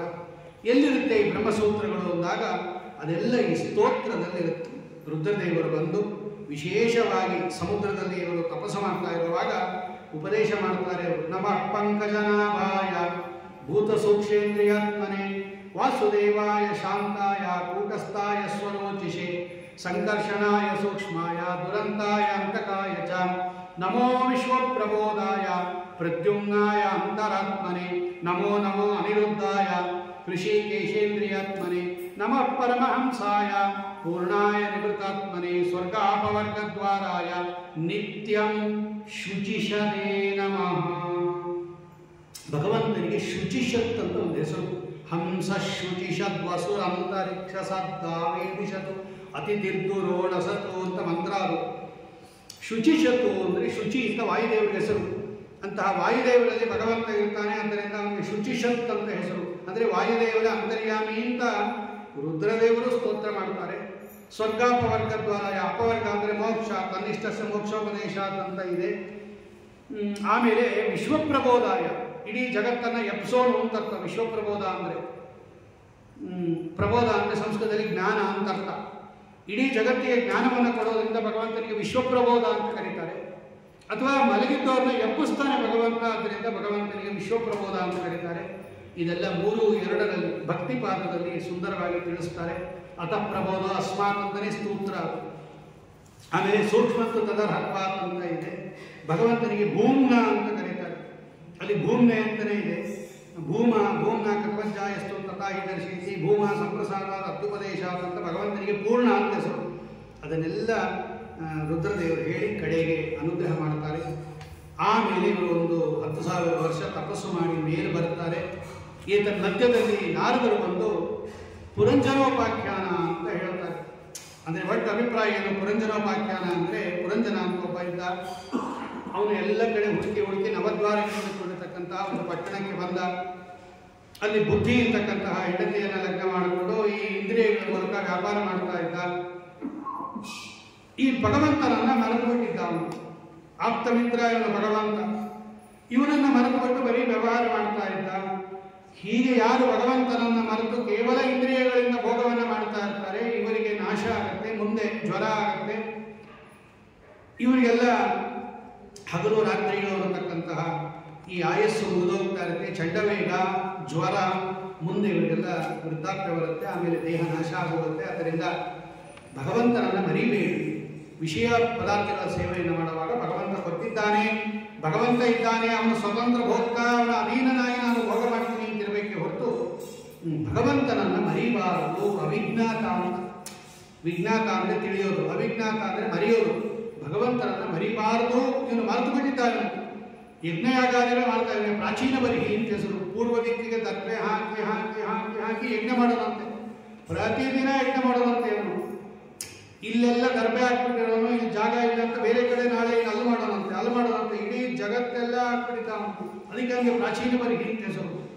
ಆದರೆ ಭಗವದರ್ಪಣ ಬುದ್ಧಿಯಿಂದ ಮಾಡ್ತಾ ಇರಲಿಲ್ಲ ಅವನು. ನಾರದರು ಅದೇ ಹೇಳೋದು, ಇಷ್ಟೊಂದು ಯಜ್ಞ ಮಾಡ್ತಾ ಇದೆಯಾ, ಭಗವದರ್ಪಣ ಬುದ್ಧಿಯಿಂದ ಮಾಡ್ತಾ ಇಲ್ಲ ನೀನು ಮಾಡಿರ್ತಕ್ಕಂಥದ್ದು ಪ್ರಾಣಿ ಹಿಂಸೆ ಆಗ್ಬಿಡುತ್ತೆ. ಅದು ಯಜ್ಞದಲ್ಲಿ ಮಾಡಿದ್ದು ಪ್ರಾಣಿ ಹಿಂಸೆ ಅಲ್ಲ, ಆದರೆ ಭಗವಂತನನ್ನ ಮರೆತು ಮಾಡಿದ್ದು ಪ್ರಾಣಿ ಹಿಂಸೆ. ಹಂಗೆ ಮಾಡಬಾರದು ಅಂತ ನಾರದರು ಪುರಂಜನೋಪಾಖ್ಯಾನವನ್ನು ಹೇಳಿ ಆಮೇಲೆ ಅವನು ನನ್ನ ಮಕ್ಕಳಿಗೆ ರಾಜ್ಯ ಕೊಟ್ಬಿಡಿ ಅಂತ ಹೇಳಿ ಅವನು ಹೊರಟೋಗ್ತಾನೆ ಕಾಡಿಗೆ. ಇವರೆಲ್ಲ 10,000 ವರ್ಷ ತಪಸ್ಸು ಮಾಡಿ ಮೇಲೆ ಬಂದು ನೋಡ್ತಾರೆ. ಎಲ್ಲ ಕಡೆ ಮರಗಳು ಬೆಳೆದ್ಬಿಟ್ಟಿದೆ, ಗಿಡಗಳು ಬೆಳೆದ್ಬಿಟ್ಟಿದೆ, ಉಸಿರಾಡಕ್ಕೂ ಜಾಗ ಇಲ್ಲ, ಅಷ್ಟು ತುಂಬಿಕೊಂಡಿದೆ ನಿಬಿಡವಾಗಿ. ಕೋಪ ಬಂದ್ಬಿಡ್ತು ಅವ್ರಿಗೆ. ಕಣ್ಣು ತೆಗೆದು ಕಣ್ಣಿನಿಂದ ಕಾಡಿಗಿಚ್ಚು ಬರಕ್ಕೆ ಶುರುವಾಯಿತು. ಕ್ರೋಧ ಬಾಯಿಯಿಂದ ಗಾಳಿ ಬರಕ್ಕೆ ಶುರುವಾಯಿತು. ದಗ ದಗ ದಗ ದಗ ಮರಗಳೆಲ್ಲ ಹತ್ಕೊಳಕ್ಕೆ ಶುರುವಾಯಿತು. ಆಗ ಚಂದ್ರ ಬಂದು ಹೇಳ್ತಾನೆ, ಆ ವನಸ್ಪತಿಗಳಿಗೆಲ್ಲ ದೇವತೆ ಅವನು ಚಂದ್ರ. ಹಾಗೆಲ್ಲ ಗಿಡ ಮರಗಳನ್ನು ನೋಡಿ, ಆ ಕಾಲದಿಂದ ಇದೆ. ಗಿಡ ಮರಗಳನ್ನೆಲ್ಲ ಸುಡಬಾರ್ದು, ಗಿಡ ಮರಗಳನ್ನೆಲ್ಲ ನಾಶ ಮಾಡಬಾರ್ದು. ಭಗವಂತ ಯಾವುದನ್ನು ಕೂಡ ವ್ಯರ್ಥವಾಗಿ ಸೃಷ್ಟಿ ಮಾಡಿಲ್ಲ. ಭಗವಂತನ ಸೃಷ್ಟಿಗೆ ತನ್ನದೇ ಆಗಿರ್ತಕ್ಕಂಥ ಒಂದು ಪ್ರಯೋಜನ ಇದೆ. ಹಾಗೆಲ್ಲ ಗಿಡ ಮರಗಳನ್ನು ನಾಶ ಮಾಡಬಾರ್ದು ಅಂತ ಹೇಳಿ ಅವನ ಹತ್ರ, ಚಂದ್ರನ ಹತ್ರ ಮಾರೀಷ ಅಂತ ಒಬ್ಬ ಹೆಣ್ಣುಮಗಳು, ಚಂದ್ರ ಸಾಕ್ತಾ ಇರತಕ್ಕಂತಹ ಹೆಣ್ಣುಮಗಳು, ನಾನು ಇವಳನ್ನು ಕೊಟ್ಟು ಲಗ್ನ ಮಾಡ್ತೀನಿ, ನೀವು 10 ಜನನೂ ಮದುವೆ ಮಾಡ್ಕೊಂಬಿಡಿ ಅಂತ ಭಗವಂತನೂ ಹೇಳಿರ್ತಾನೆ. ಇವನು ತಪಸ್ಸು ಮಾಡಿದಾಗ ಭಗವಂತ ಪ್ರತ್ಯಕ್ಷನಾಗಿ ಹೇಳಿರ್ತಾನೆ, ನೀವು 10 ಜನನೂ ಮಾರೀಷ ಅಂತ ಹೆಣ್ಣುಮಗಳನ್ನ ಲಗ್ನ ಮಾಡ್ಕೊಂಬಿಡಿ ಅಂತ. ಭಗವಂತನ ಆಜ್ಞೆ ಇದ್ದಿದ್ದರಿಂದ 10 ಜನ ಮಾರೀಷ ಅಂತಕ್ಕಂಥ ಹೆಣ್ಣುಮಗಳನ್ನು ಲಗ್ನ ಮಾಡಿಕೊಂಡು ಅಲ್ಲಿ ದಕ್ಷ ಪ್ರಜಾಪತಿ ಇನ್ನೊಂದು ರೂಪದಿಂದ ಹೋಗ್ತಾನೆ. ದೇವತೆಗಳಿಗೆಲ್ಲ ಅನೇಕ ಬಾರಿ ಉತ್ಪತ್ತಿ ಇದೆ. ಹಾಗಾಗಿ ಈಗಾಗಲೇ ಬ್ರಹ್ಮದೇವರ ಮಗನಾಗಿ ಉತ್ಪನ್ನಾಗಿರ್ತಕ್ಕಂಥ ದಕ್ಷ ಈ ಮಾರೀಷ ಮತ್ತು ಈ ಉತ್ಕೃಷ್ಟವಾಗಿರ್ತಕ್ಕಂಥ ಪ್ರಚೇತಸರಲ್ಲಿ ಇನ್ನೊಂದು ರೂಪದಿಂದ ಅವನು ಅವತಾರ ಮಾಡ್ತಾ ಇದ್ದಾನೆ ಅಂತ ಹೇಳಿ ಇವನ ಕಥೆಯಿಂದ ಮುಂದೆ ಷಷ್ಠ ಸ್ಕಂದದಲ್ಲಿ ಬರುತ್ತೆ. ಎಷ್ಟೋ ವರ್ಷ ರಾಜ್ಯಭಾರ ಮಾಡಿ ಒಂದು ದಿವಸ ನಾರದರು ಬರ್ತಾರೆ ಈ ಪ್ರಚೇತಸರ ಹತ್ರ. ಆಗ ಪ್ರಚೇತಸರು ಕೇಳ್ತಾರೆ, ರುದ್ರದೇವರು ನಮಗೆ ಭಗವಂತನ ತತ್ವ ಉಪದೇಶ ಮಾಡಿದ್ರು, ಆದರೆ ತುಂಬ ವರ್ಷ ಆಗೋದು, ಎಲ್ಲ ಮರ್ತೋಗಿದೆ, ನೀವೊಂದು ಸ್ವಲ್ಪ ಉಪದೇಶ ಮಾಡಬೇಕು ಅಂತ ಕೇಳಿದಾಗ ನಾರದರು ಹೇಳ್ತಾರೆ, ಯಥಾ ತರೋನ್ಮೂಲ ನಿಷೇವಣೇನ ತೃಪ್ಯಂತಿ ತಸ್ಕಂದ ಭುವೋ ವಿಶಾಖಾಃ ಪ್ರಾಣೋಪಹಾರೋತ್ರ ಯತೇಂದ್ರಿಯಾಣಾಂ ತಥೈವ ಸರ್ವಾಹಣಮಚ್ಚುತೇಜ್ಯ. ನೋಡಿ, ಭಗವಂತನನ್ನ ಆರಾಧನೆ ಮಾಡಿಬಿಟ್ರೆ ಎಲ್ಲ ದೇವತೆಗಳ ಆರಾಧನೆ ಮಾಡಿದಂಗೆ ಆಗುತ್ತೆ. ಯಾಕೆಂದ್ರೆ ಭಗವಂತ ಬೇರಿದ್ದಂಗೆ ಅವನು ಊರ್ಧ್ವ ಮೂಲಂ ಅಧಃಶಾಖಂ, ಇಡೀ ಜಗತ್ತಿಗೆ ಆಧಾರ ಭಗವಂತ.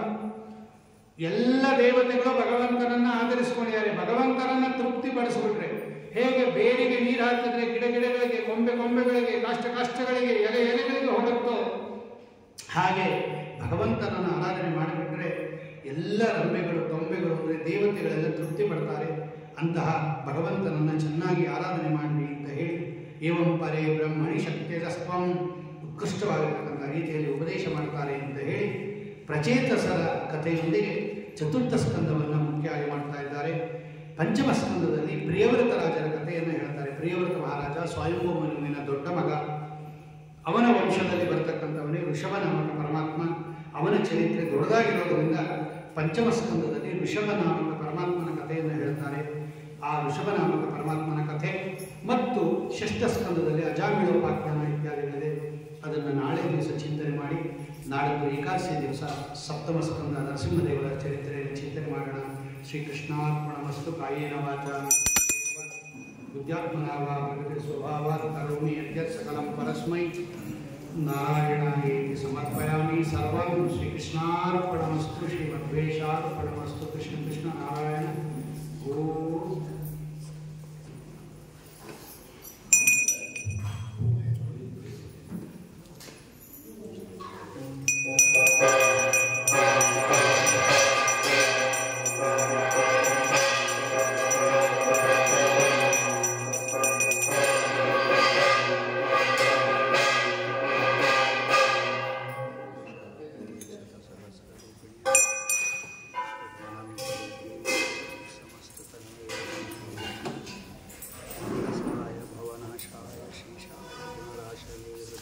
ಶುದ್ಧ ವಿದ್ಯಾಯ ಮಧ್ವಾಯ ನಮೋ ನಮಃ. ನರೇರಿ ತೆಗೆದ್ಬಿಡಿಪ್ಪ ಅಡ್ಡ.